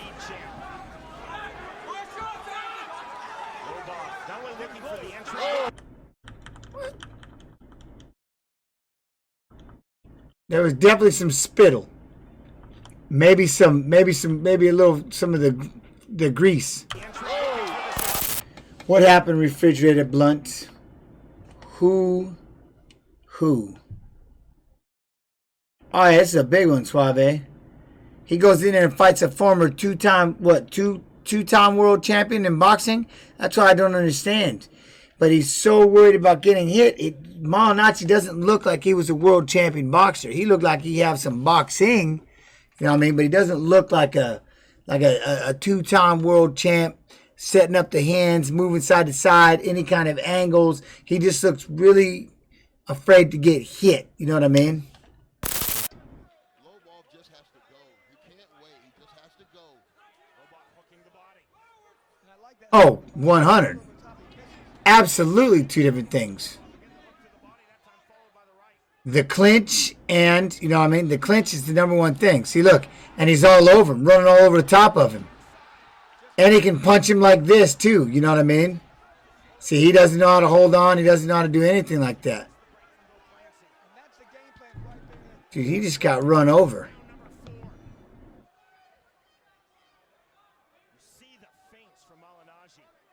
See, that's the thing. They're no longer feints. They look like real fear. You know what I'm saying? There's a difference, right, between the two. That's why I went back. When you're doing feint, look, when I'm feinting, it's because I'm trying to get a reaction out of you. Bang, and I throw something. But if you want me to feint on your hands, you got to hit me with the motherfuckers first, right? Bang, bang, and flinch, whoop, whoop, bang, and set things up. He hasn't stopped sitting. He just keeps, like, he's, those aren't feints to me. He's hesitation. A lot of hesitation. He's very scared to get into that distance and land that hand. Does that make sense what I'm saying? So even, I mean, I go against what the commentator said because those aren't feints. He's just like he's afraid to make that move as opposed to someone that comes in, flinch, bang, bang, feint, feint. You know what I'm saying? Look at the birdie. He's not doing that. He's literally like he's scared to pull the trigger of any kind. So keep that in mind as we continue to watch it, so you kind of know at least where my thought process behind it is. See now, right there.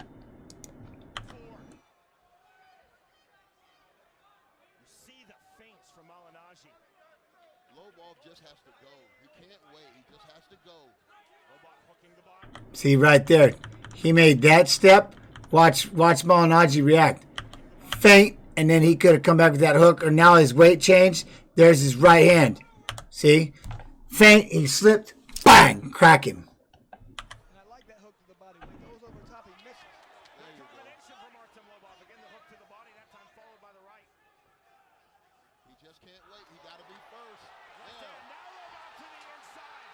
Yeah. And now that he's allowed to have that overhook and he can throw these punches. Well, see what I mean? Like right there. Watch this one too, okay?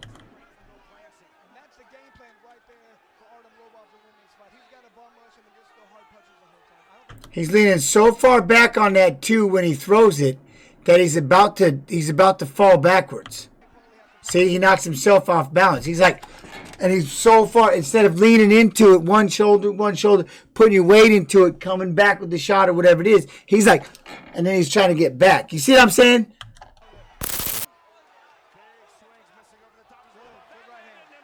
What's that? I think with Artem MMA experience, it helped him for this fight. It did help him because he was able to just kind of bull charge forward, and it does keep the boxer. Remember, it keeps the boxer off balance with all that pushing.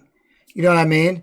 With pushing, he did, yes. With all that pushing, and that's why you be able to keep a hold of him. You know what I mean? But stuff like that. Remember, all those things, dirty boxing, all those things are illegal in boxing, right? Any of that pushing, shoving, you get to hold on to him and still throw. So it definitely has him really weary of getting his head, you know what I mean? Someone trying to plumb his head, someone trying to underhook, you know what I mean?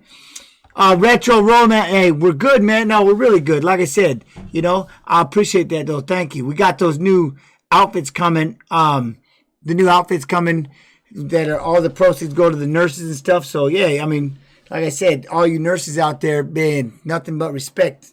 Nothing but respect. But no, she's good, man. The hospital isn't too crazy right now, so it's not bad. Who's my favorite fighter in the UFC right now? Everybody that's on my Sucker Punch team.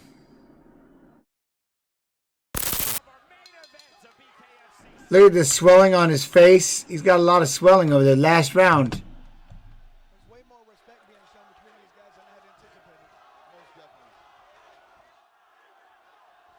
Yeah, he definitely doesn't look like the guy who sat there and ran his mouth and how he's going to kill you and murder you and destroy you and make you look silly and all the things that he said, which is, again, see, look at the way he's fighting. He doesn't look like that guy whatsoever. He doesn't look like he has anything to prove. Look at him. Is it me or does it look like he's standing on the shakiest fucking floor on the planet? Like he's literally sitting there on fucking on an ice pit, on an ice deal. You know what I mean? Yo, Super TT with the follow. He's stumbling on his own feet. He's stumbling on his own weight. He's stumbling on on his own movement. I wish I could see more movement from him. He's standing right in front of Artem. He doesn't look like a two-time world champion. You know what I'm saying?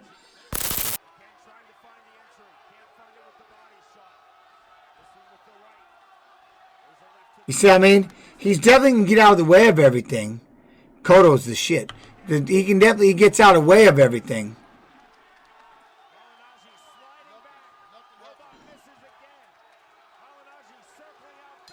I would have respect for him if he just didn't say the things he said and talked all the mess that he talked. And then to go in there and not fight the way that you talk this game like you're a killer. You know what I mean? You talk like you're some kind of world beater. And then you go in there and you actually look like you were, well, we just watched it. You look like you were just, you know what I mean? Like nothing was going right.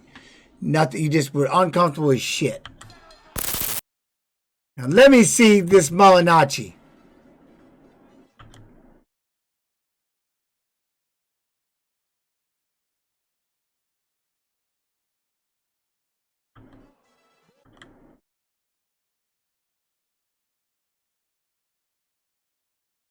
I swear to God, Crisco Wild, I thought it was just me. I was like, dude, what was that show, Jersey Shore?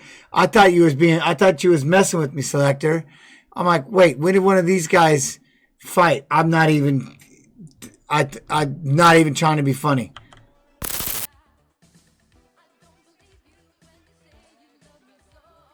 But you see how he's not all worried? He's not all nervous? He's not all like flinching, making sure he doesn't get hit or anything? Look, he stays right in there and starts digging and throwing. Whoa, easy. How you doing, brother? You good?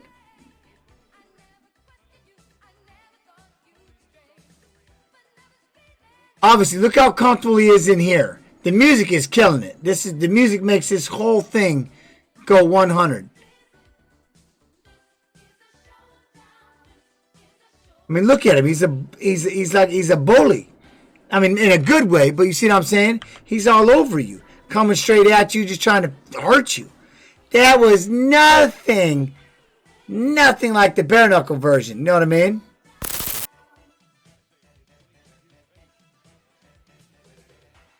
I'm with you. Basically what I'm saying is, so how old was he when he did the bare knuckle fight with Artem? Like he had to be in his 40s? You know what I mean?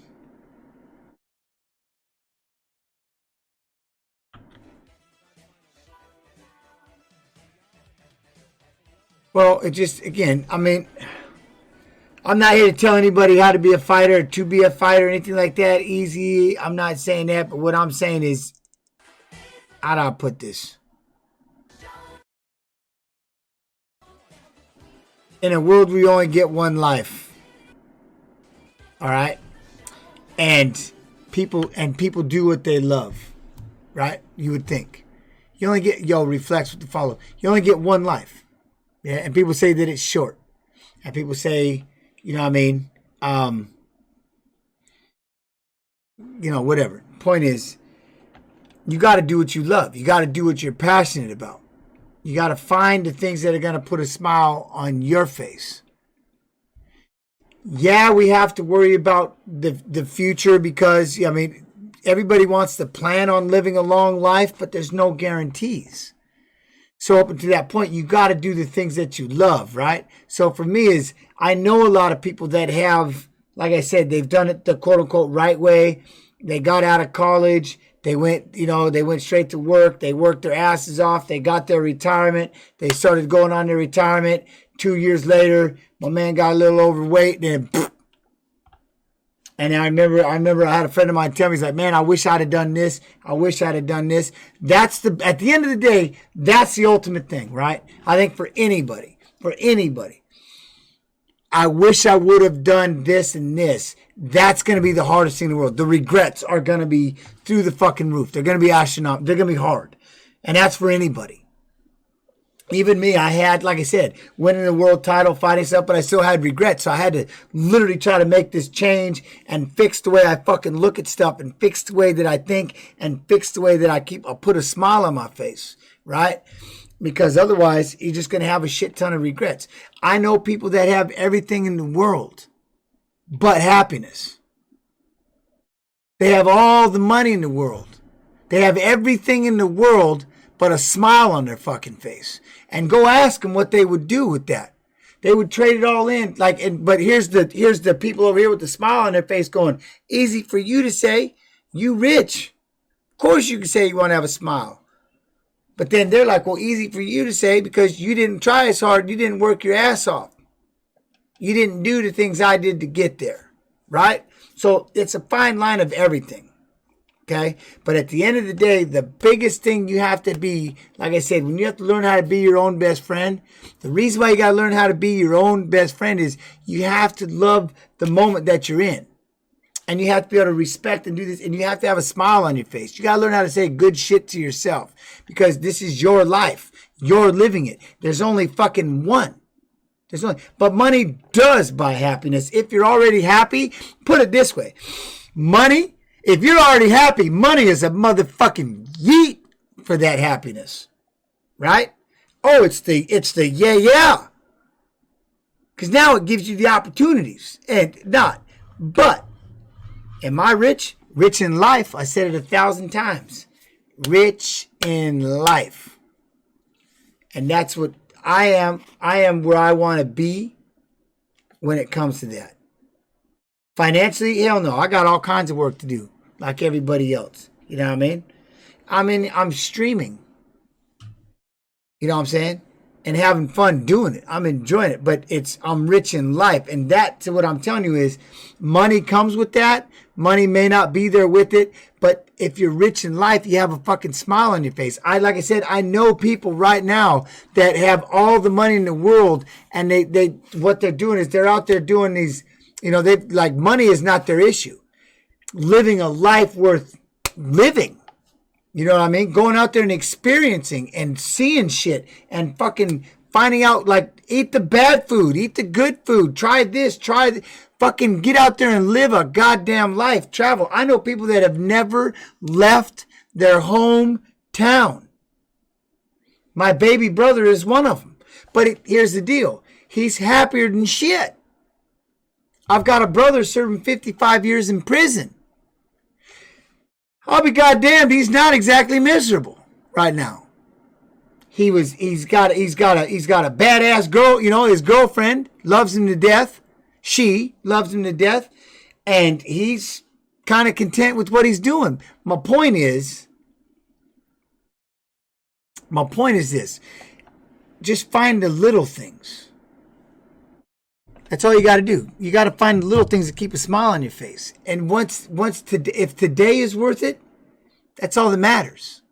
Live a life worth living. Put a smile on your face, and the rest comes with it. What's that? How much toilet paper do I? How much toilet paper do I have? What do you mean? I've got 8 washcloths, and I just keep going through them, and then I wash them, and I use a washcloth. What? Toilet paper? Oh, fuck! Who uses toilet paper? I got 5 rags. They sit in the bleach water. They sit in bleach water after I use them, and then I wash them at the end of the day. Come on, man. You know what I'm saying, though? I don't need toilet paper. I got this right here. And some of you might be new, so I'll tell you. If you put this under hot water and then you wipe, what? Does anything feel better? Like a warm bidet. A warm bidet. Wipe it up. Wipe it up. You know what I mean? I'm just saying. No, but so, and the reason why I say that though, the reason why I say that. No, man, you're welcome, man. I appreciate y'all coming through and just letting me bullshit. Like I said, that means the world to me. And I guess think about it like this: when the poor man's bidet, 100. I appreciate it, man. I really do. Thank you. Now, for sure, I'm happy. I just don't have a career. I won a championship in semi-pro football. Hell yeah, I got married, got a beautiful daughter, and I'm happy. See, there it is, easy. That's exactly, see, that's it. I won a world title. I've been knocked out horribly in fights. I went on a losing streak at the end. You know what I mean? But what I set out for, I achieved. Like I said, my wife, my babies, you know what I mean? Just to be a better father than the one I had. It's the small goals, right? And the problem is this, and this is what I say, easy, and maybe this will help you. And one of the reasons why I love this stream and what I do now is when I look at today, I had to let go a long time ago with this. Because people ask all the time, would you do this? Would you change this fight? Would you have changed this fight or this fight? I'm like, no, I wouldn't. But it took me a long fucking time to answer this. Because for a while, I'd be like, yeah, I would have done this. If I could go back in time, I would have done this fight, did this different, I'd have did this different. But fuck all that. And anybody that's been watching this stream understands this. If everything I did got me to right here and one thing would change that, then I won't. Now I'm happy. And I'm happy with where I'm at right now. Because I'm happy, you know what I mean? But if any one thing in my life would have changed, I wouldn't be sitting here right now on this stream fucking with you all at 2 o'clock in the morning. So I'm happy. And that's what I need for anybody. As long as you're happy with today, then it's worth it. All that shit that did happen put you where you're supposed to be. And to me, that, and hopefully that keeps people from having to regret and have those regrets, and because that's what we don't want, right? Especially the older we get, the less we can fucking do about it. And that's really, I don't want to be, God willing, the 80-year-old in a fucking chair telling the same 3 stories over and over and over. So I went the fuck out there and started making a life and fill your book. At the end of the day, all you have are your stories. Do people want to hear them? And that's why you all give me the greatest gift on the planet, which is your time. Money can't buy it. Nobody can there's nothing anyone can do, and everybody wants more. And everybody talks about it. When the 106-year-old looked me in the eye and said, I wish I had more time. I about shit. I was, 30 years old and heard this motherfucker, 106 years old, and they asked him what he did, and he said, more time. I'm like, you made it to 106. And he still says, more time. So that's my point. Easy E with the sub. Thank you very much, man. I appreciate that.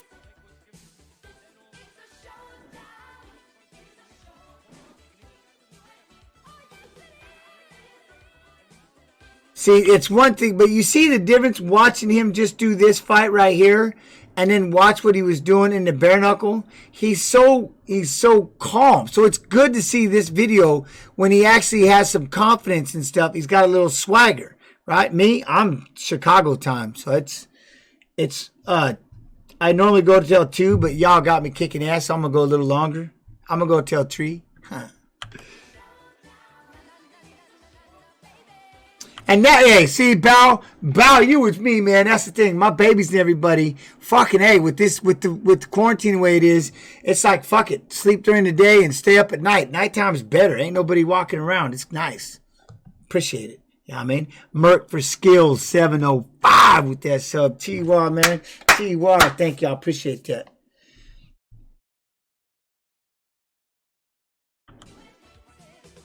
Boom. Oh, that guy's not happy. Boom, boom. I like it. Want to hear you? What? Can you describe the feeling when you connect with the perfect punch? Curious to hear from the champ. I'll tell you, like I said, the thing that really hurt, it's like, the only best way to describe it, you ever play baseball? Or you ever just out there swinging at something, and when you swing, and you don't even realize you hit the ball. I mean, it just one smooth zoop, and it just, you don't even realize that you did it, right?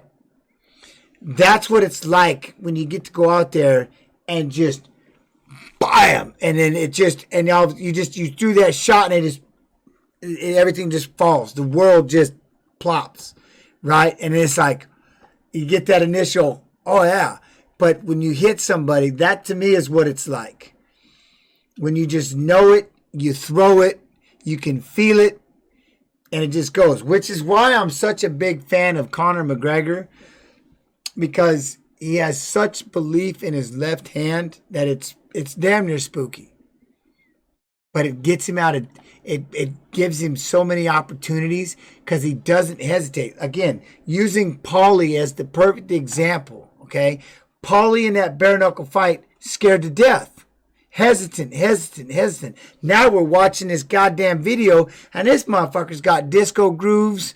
My man's got rhythm. He's got swagger. He's got anger. He's got animosity. He throws people. He hurts them. He beats them. You know what I'm saying? But that's not what you just seen. You see what I'm saying? That's not what you just seen when he was doing that bare knuckle fight. So that's one of the big things. But that's like when you throw those punches and you have that belief, especially like Conor, that belief, no matter who you are. That's why we drill and train, right? Because we know that we're going to get in there and this is going to be a dogfight. I'm going to just fucking last longer than you. And no matter what it is we got to do, if we got to throw 5,000 punches, I'm going to throw 5,001. If you want to run up a hill, I'm going to outrun your ass there. If you want to fucking have a spit up, I'm just going to start drinking water now so I can spit more. You know what I mean? But that's when you get that inside of you. It's like, oh, what? We're going to stare at each other? Fuck it, I ain't blinking. I mean, you know what I'm saying? But that's how it is. But when you throw that shot, you aimed it, you know it, and boom, sake. I've got a sake set, man. That is some rice wine. Can I get some more of that rice wine? There's some flavored sake. Mouthpiece, you ready? Mouthpiece, you ready? Let's work. Keep the clean. Take yourself at all times.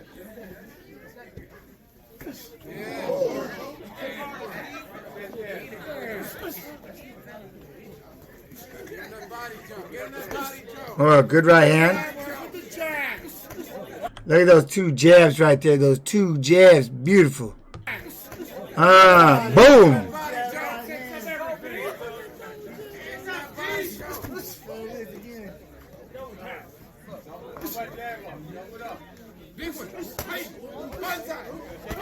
Oh.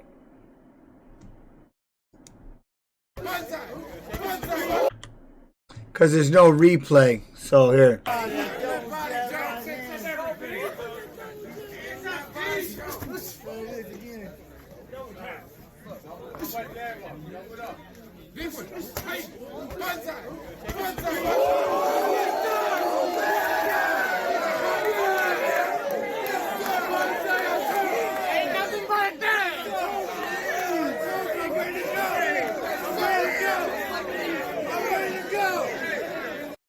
Big Beach, the bad boy, man. Big Beach,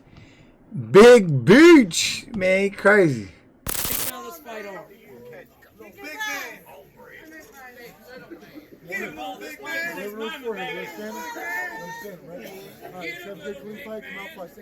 Sasquatch is gonna win. You got a sub on it, huh, Cuss?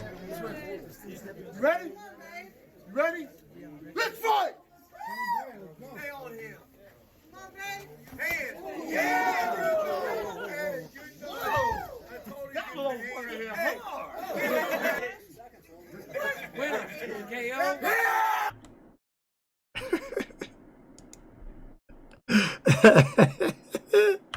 Ready? Let's fight! Stay on him.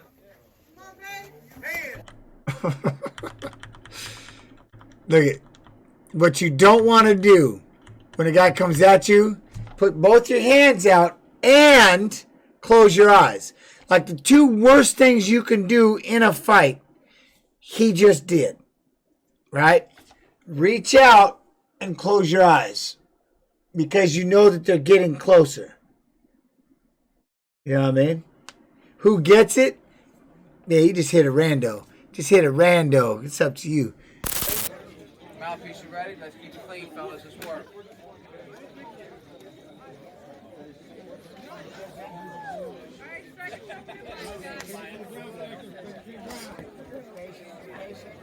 You good, renderer? You good? Oh!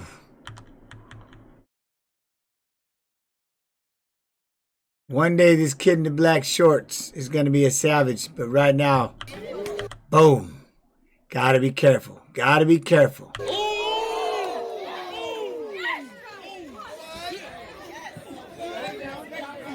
He's just such a natural. But see, Striker's just a natural. He just doesn't know anything yet. You know what I mean?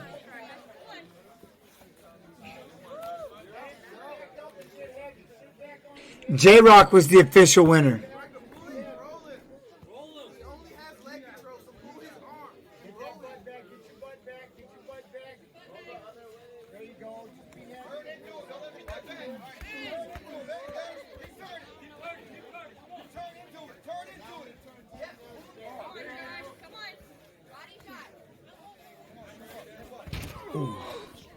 Oh, he does now. Well, now Striker, he's gone to a boxing gym, and here in the last, yeah, no, that's what I'm saying. He had no idea. He had no clue, but he's awesome. I mean, these are all just natural instincts. Never trained at a gym or anything. So now we got him at a gym. I'm excited. I mean, once we get through all this other stuff, I'm excited. So we got some. I think there's some people fighting tomorrow, but like you can't have a crowd, so I don't know how they're gonna do it. But it ain't worth me to fly all the way out there for one day. I don't want to get on no damn plane. So I drive, though. Good elbow. Yeah, just balance. But see, he just doesn't know. He just gets himself in trouble because he doesn't know, like, the little things, right?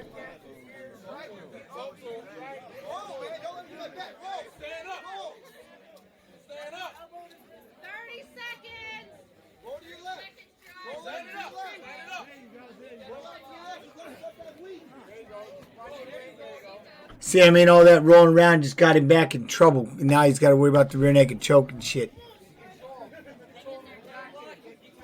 Yeah, that's the thing. JROC's got a really strong ground game. He's got a really good, solid game altogether.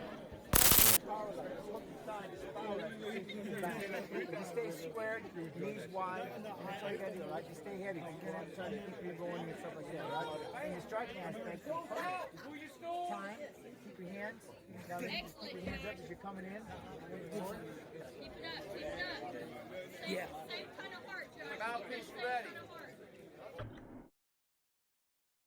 Somebody's coaching. See, I mean, he just runs right at you. Don't give a shit. I like this kid. Oh. But you see what I mean by just the little things. The little things that he does, he just doesn't know the difference. Like reaching over the arms like that to avoid a takedown, that's so no bueno. Like that right arm, you want to take the face and have the face looking in a different direction so they can't drive at you. Get your hips back, get control underneath an underhook, stuff like that. Most people, they just reach over the top, yeah? But it's just so natural. His balance, his natural balance shit, it's cool. But again, JROC's just too solid.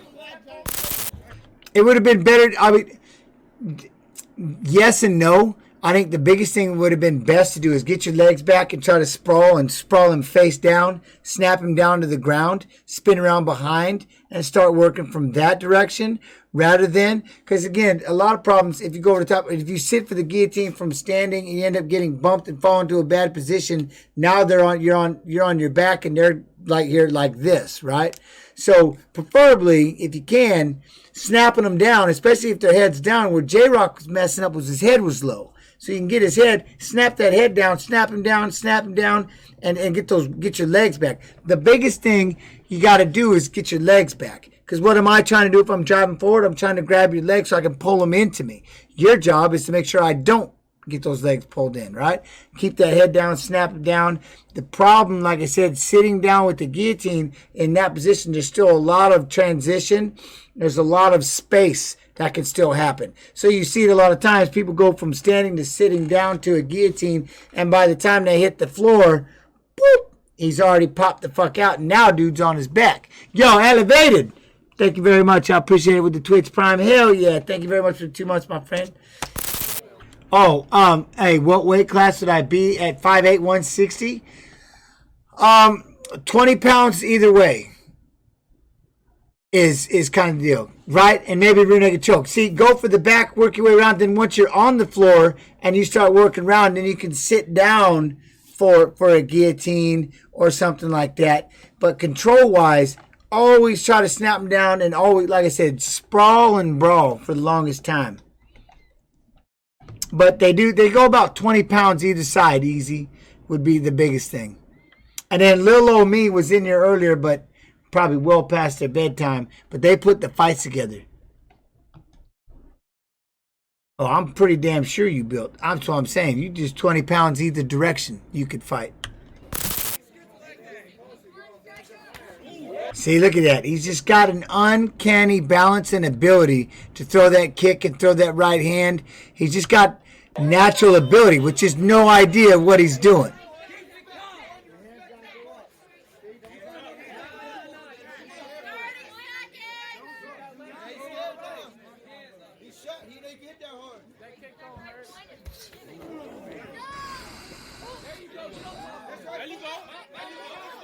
Yeah, but see, then just his balance and his scramble just gets him in trouble.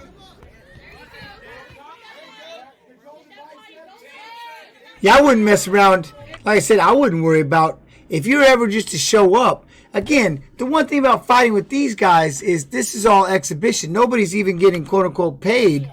You know what I mean? And the majority of them, if you watch the majority of these people, if you just jog, you're already 80% above the majority that come into this cage and fight. These people are literally, all this is for us is we've just created a fight club.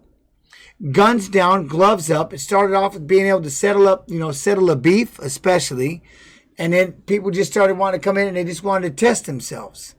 Nobody gets paid. And again, you can have, let's see. Let me see 1 second. 521,000 people have viewed this fight. More people will view this fight than half the motherfucker's entire amateur MMA career and pro career. This fight right here is viewed more than most fighters in their entire career are going to get viewed. So you have that going for you. You know what I mean?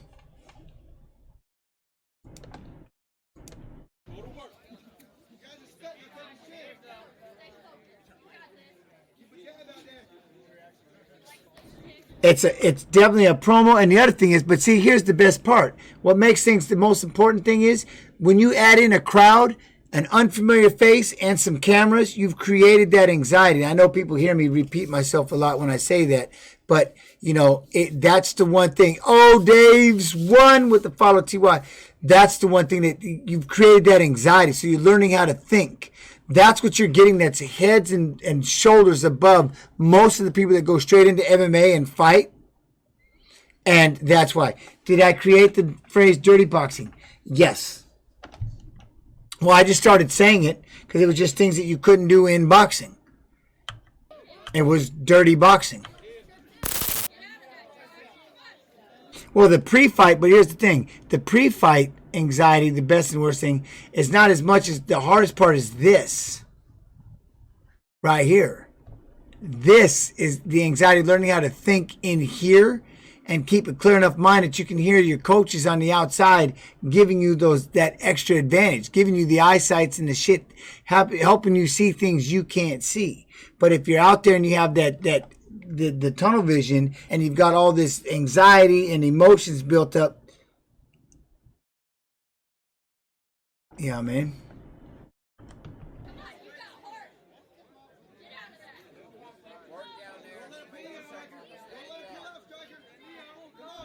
Breathing is 100%. Breathing's in there. Don't hold your breath. Don't clench. Don't squeeze. And like I tell anybody, I could play video games. You let me hook this controller up to the crack of your ass, we ain't losing. What I mean by that is, if you're on point and you're in there thinking, and even I've been in there so many times that when I started losing fights, I literally was like Ricky Bobby, man. I got scared of I didn't want to be in a race car. I didn't want to be in the cage. I was trying to get my ass out of there. You know what I'm saying? What's that? Is there any fighter that you see talent you want to train? Yeah, there's a bunch of them. And this kid Striker and JROC, but Striker's one of them. Like Striker is 100% one of them. He's so natural, it's just stupid. You know what I mean? But see now, JB 7002, here's the difference though about sparring. Taught me to be comfortable with getting hit and thinking while getting lit up. In the comfort of your own gym against the same people that you know every single day. That's why I said what I love about Streetbeefs. I bring you an unfamiliar face. I'll put you in a cage with about 50 people you don't know outside watching, and I bring in 3 cameras that can bring me about 520,000 views. Now I've created anxiety. That's why you see people that can fight in the gym. They're Muhammad Bruce fucking Lee in the gym. And all of a sudden they get in a real life situation, they're fucking deer in the headlights. Malignaggi bare knuckle, Malignaggi boxing. Night and day fucking difference. Night and day difference. That's the thing. When you fight in the gym, here's the thing about the gym. You get a respawn. You get a redo. You know what I mean? You get a redo. That's why you're comfortable. And it's against the same people. You know each other.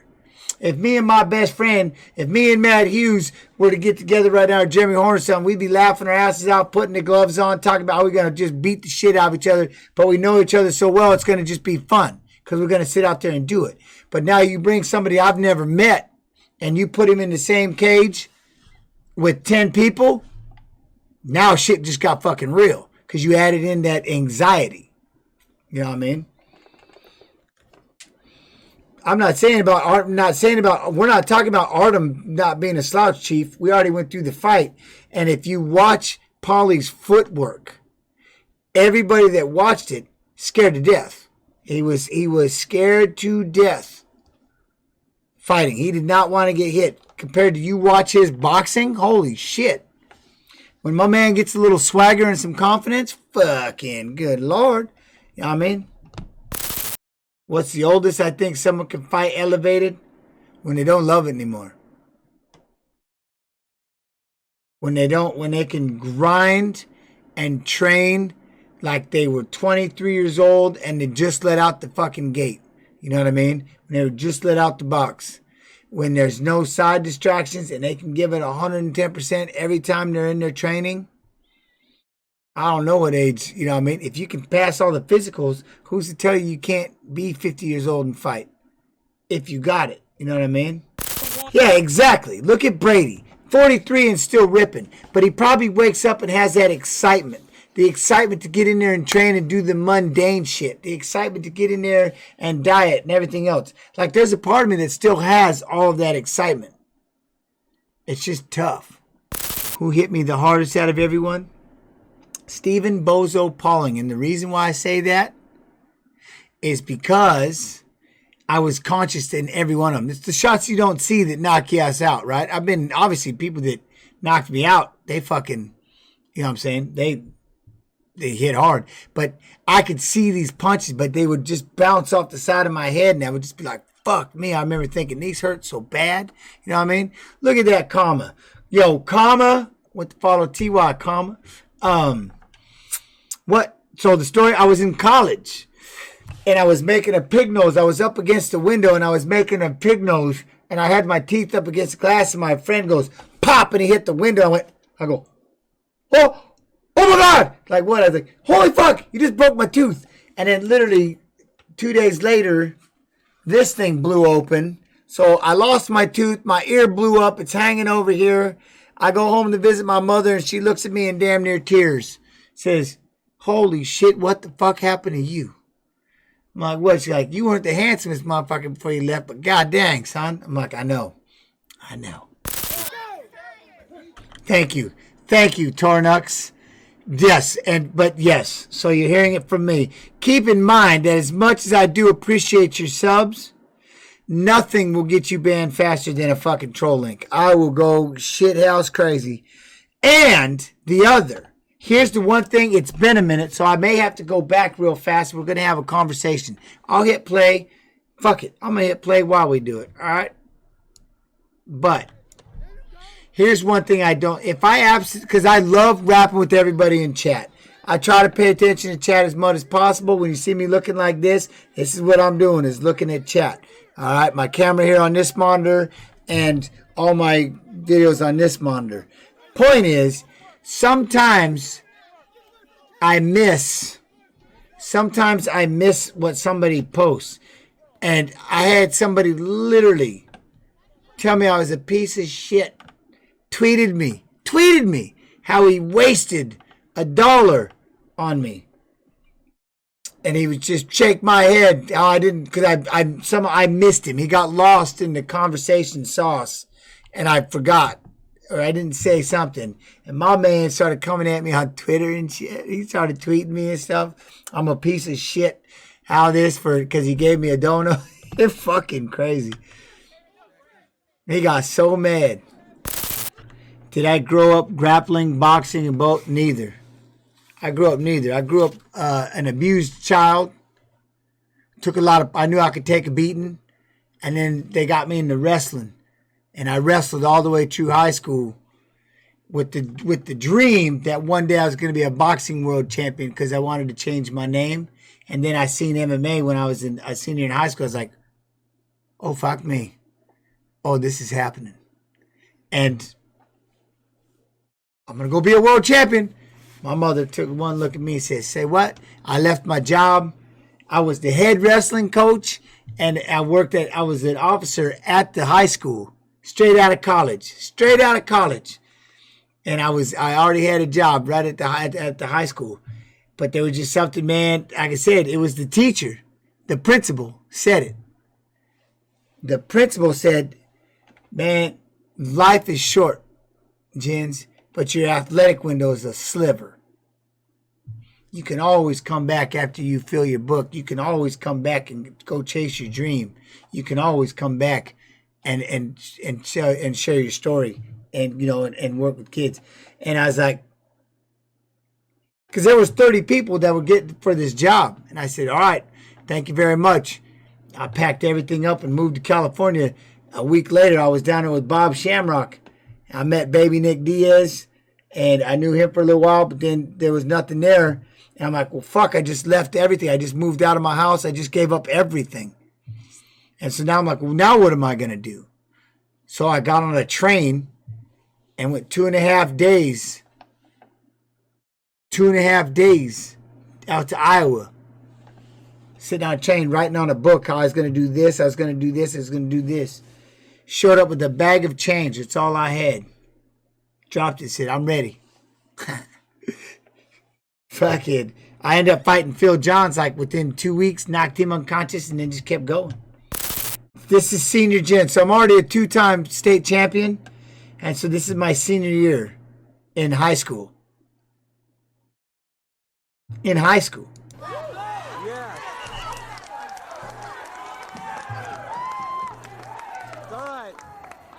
Do I miss fighting? Yeah. Stay physical, JP.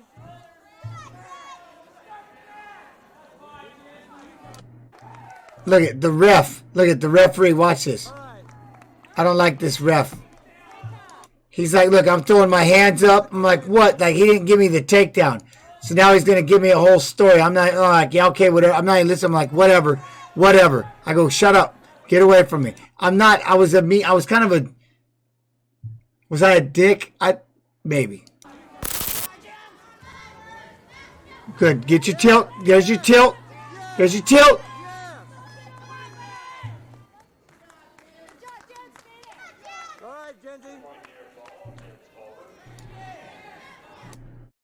I'll tell you what, when I bought my house, Jack, did it feel gross when you hand over the closing costs? No, I'll tell you what did happen because I had to keep going back, and then there was that big, back then there was all this fallout with all the loans. They were giving people too many quick loans, and then people were defaulting on them and shit like that. So I had to go through all of this stuff, and I was also trying to do the Ultimate Fighter at the same time. I thought they were fucking with me. The bank would call me every day wanting this. They would call for this. People would want this. And I'm literally like, y'all keep fucking with me, don't you? You're doing this shit on purpose. And so the day they finally handed me the keys, I sat there, and then I was like, hey, I called them the next day. I said, hey, can I go back? I go, can I go in the house? And there was some things I wanted to check out, put in there. Like, you own it. I said, what do you mean? We gave you the keys. It's your house. It's going, for real? I didn't believe them. Like, they kept fucking with me for so long that I thought that like they was fucking with me.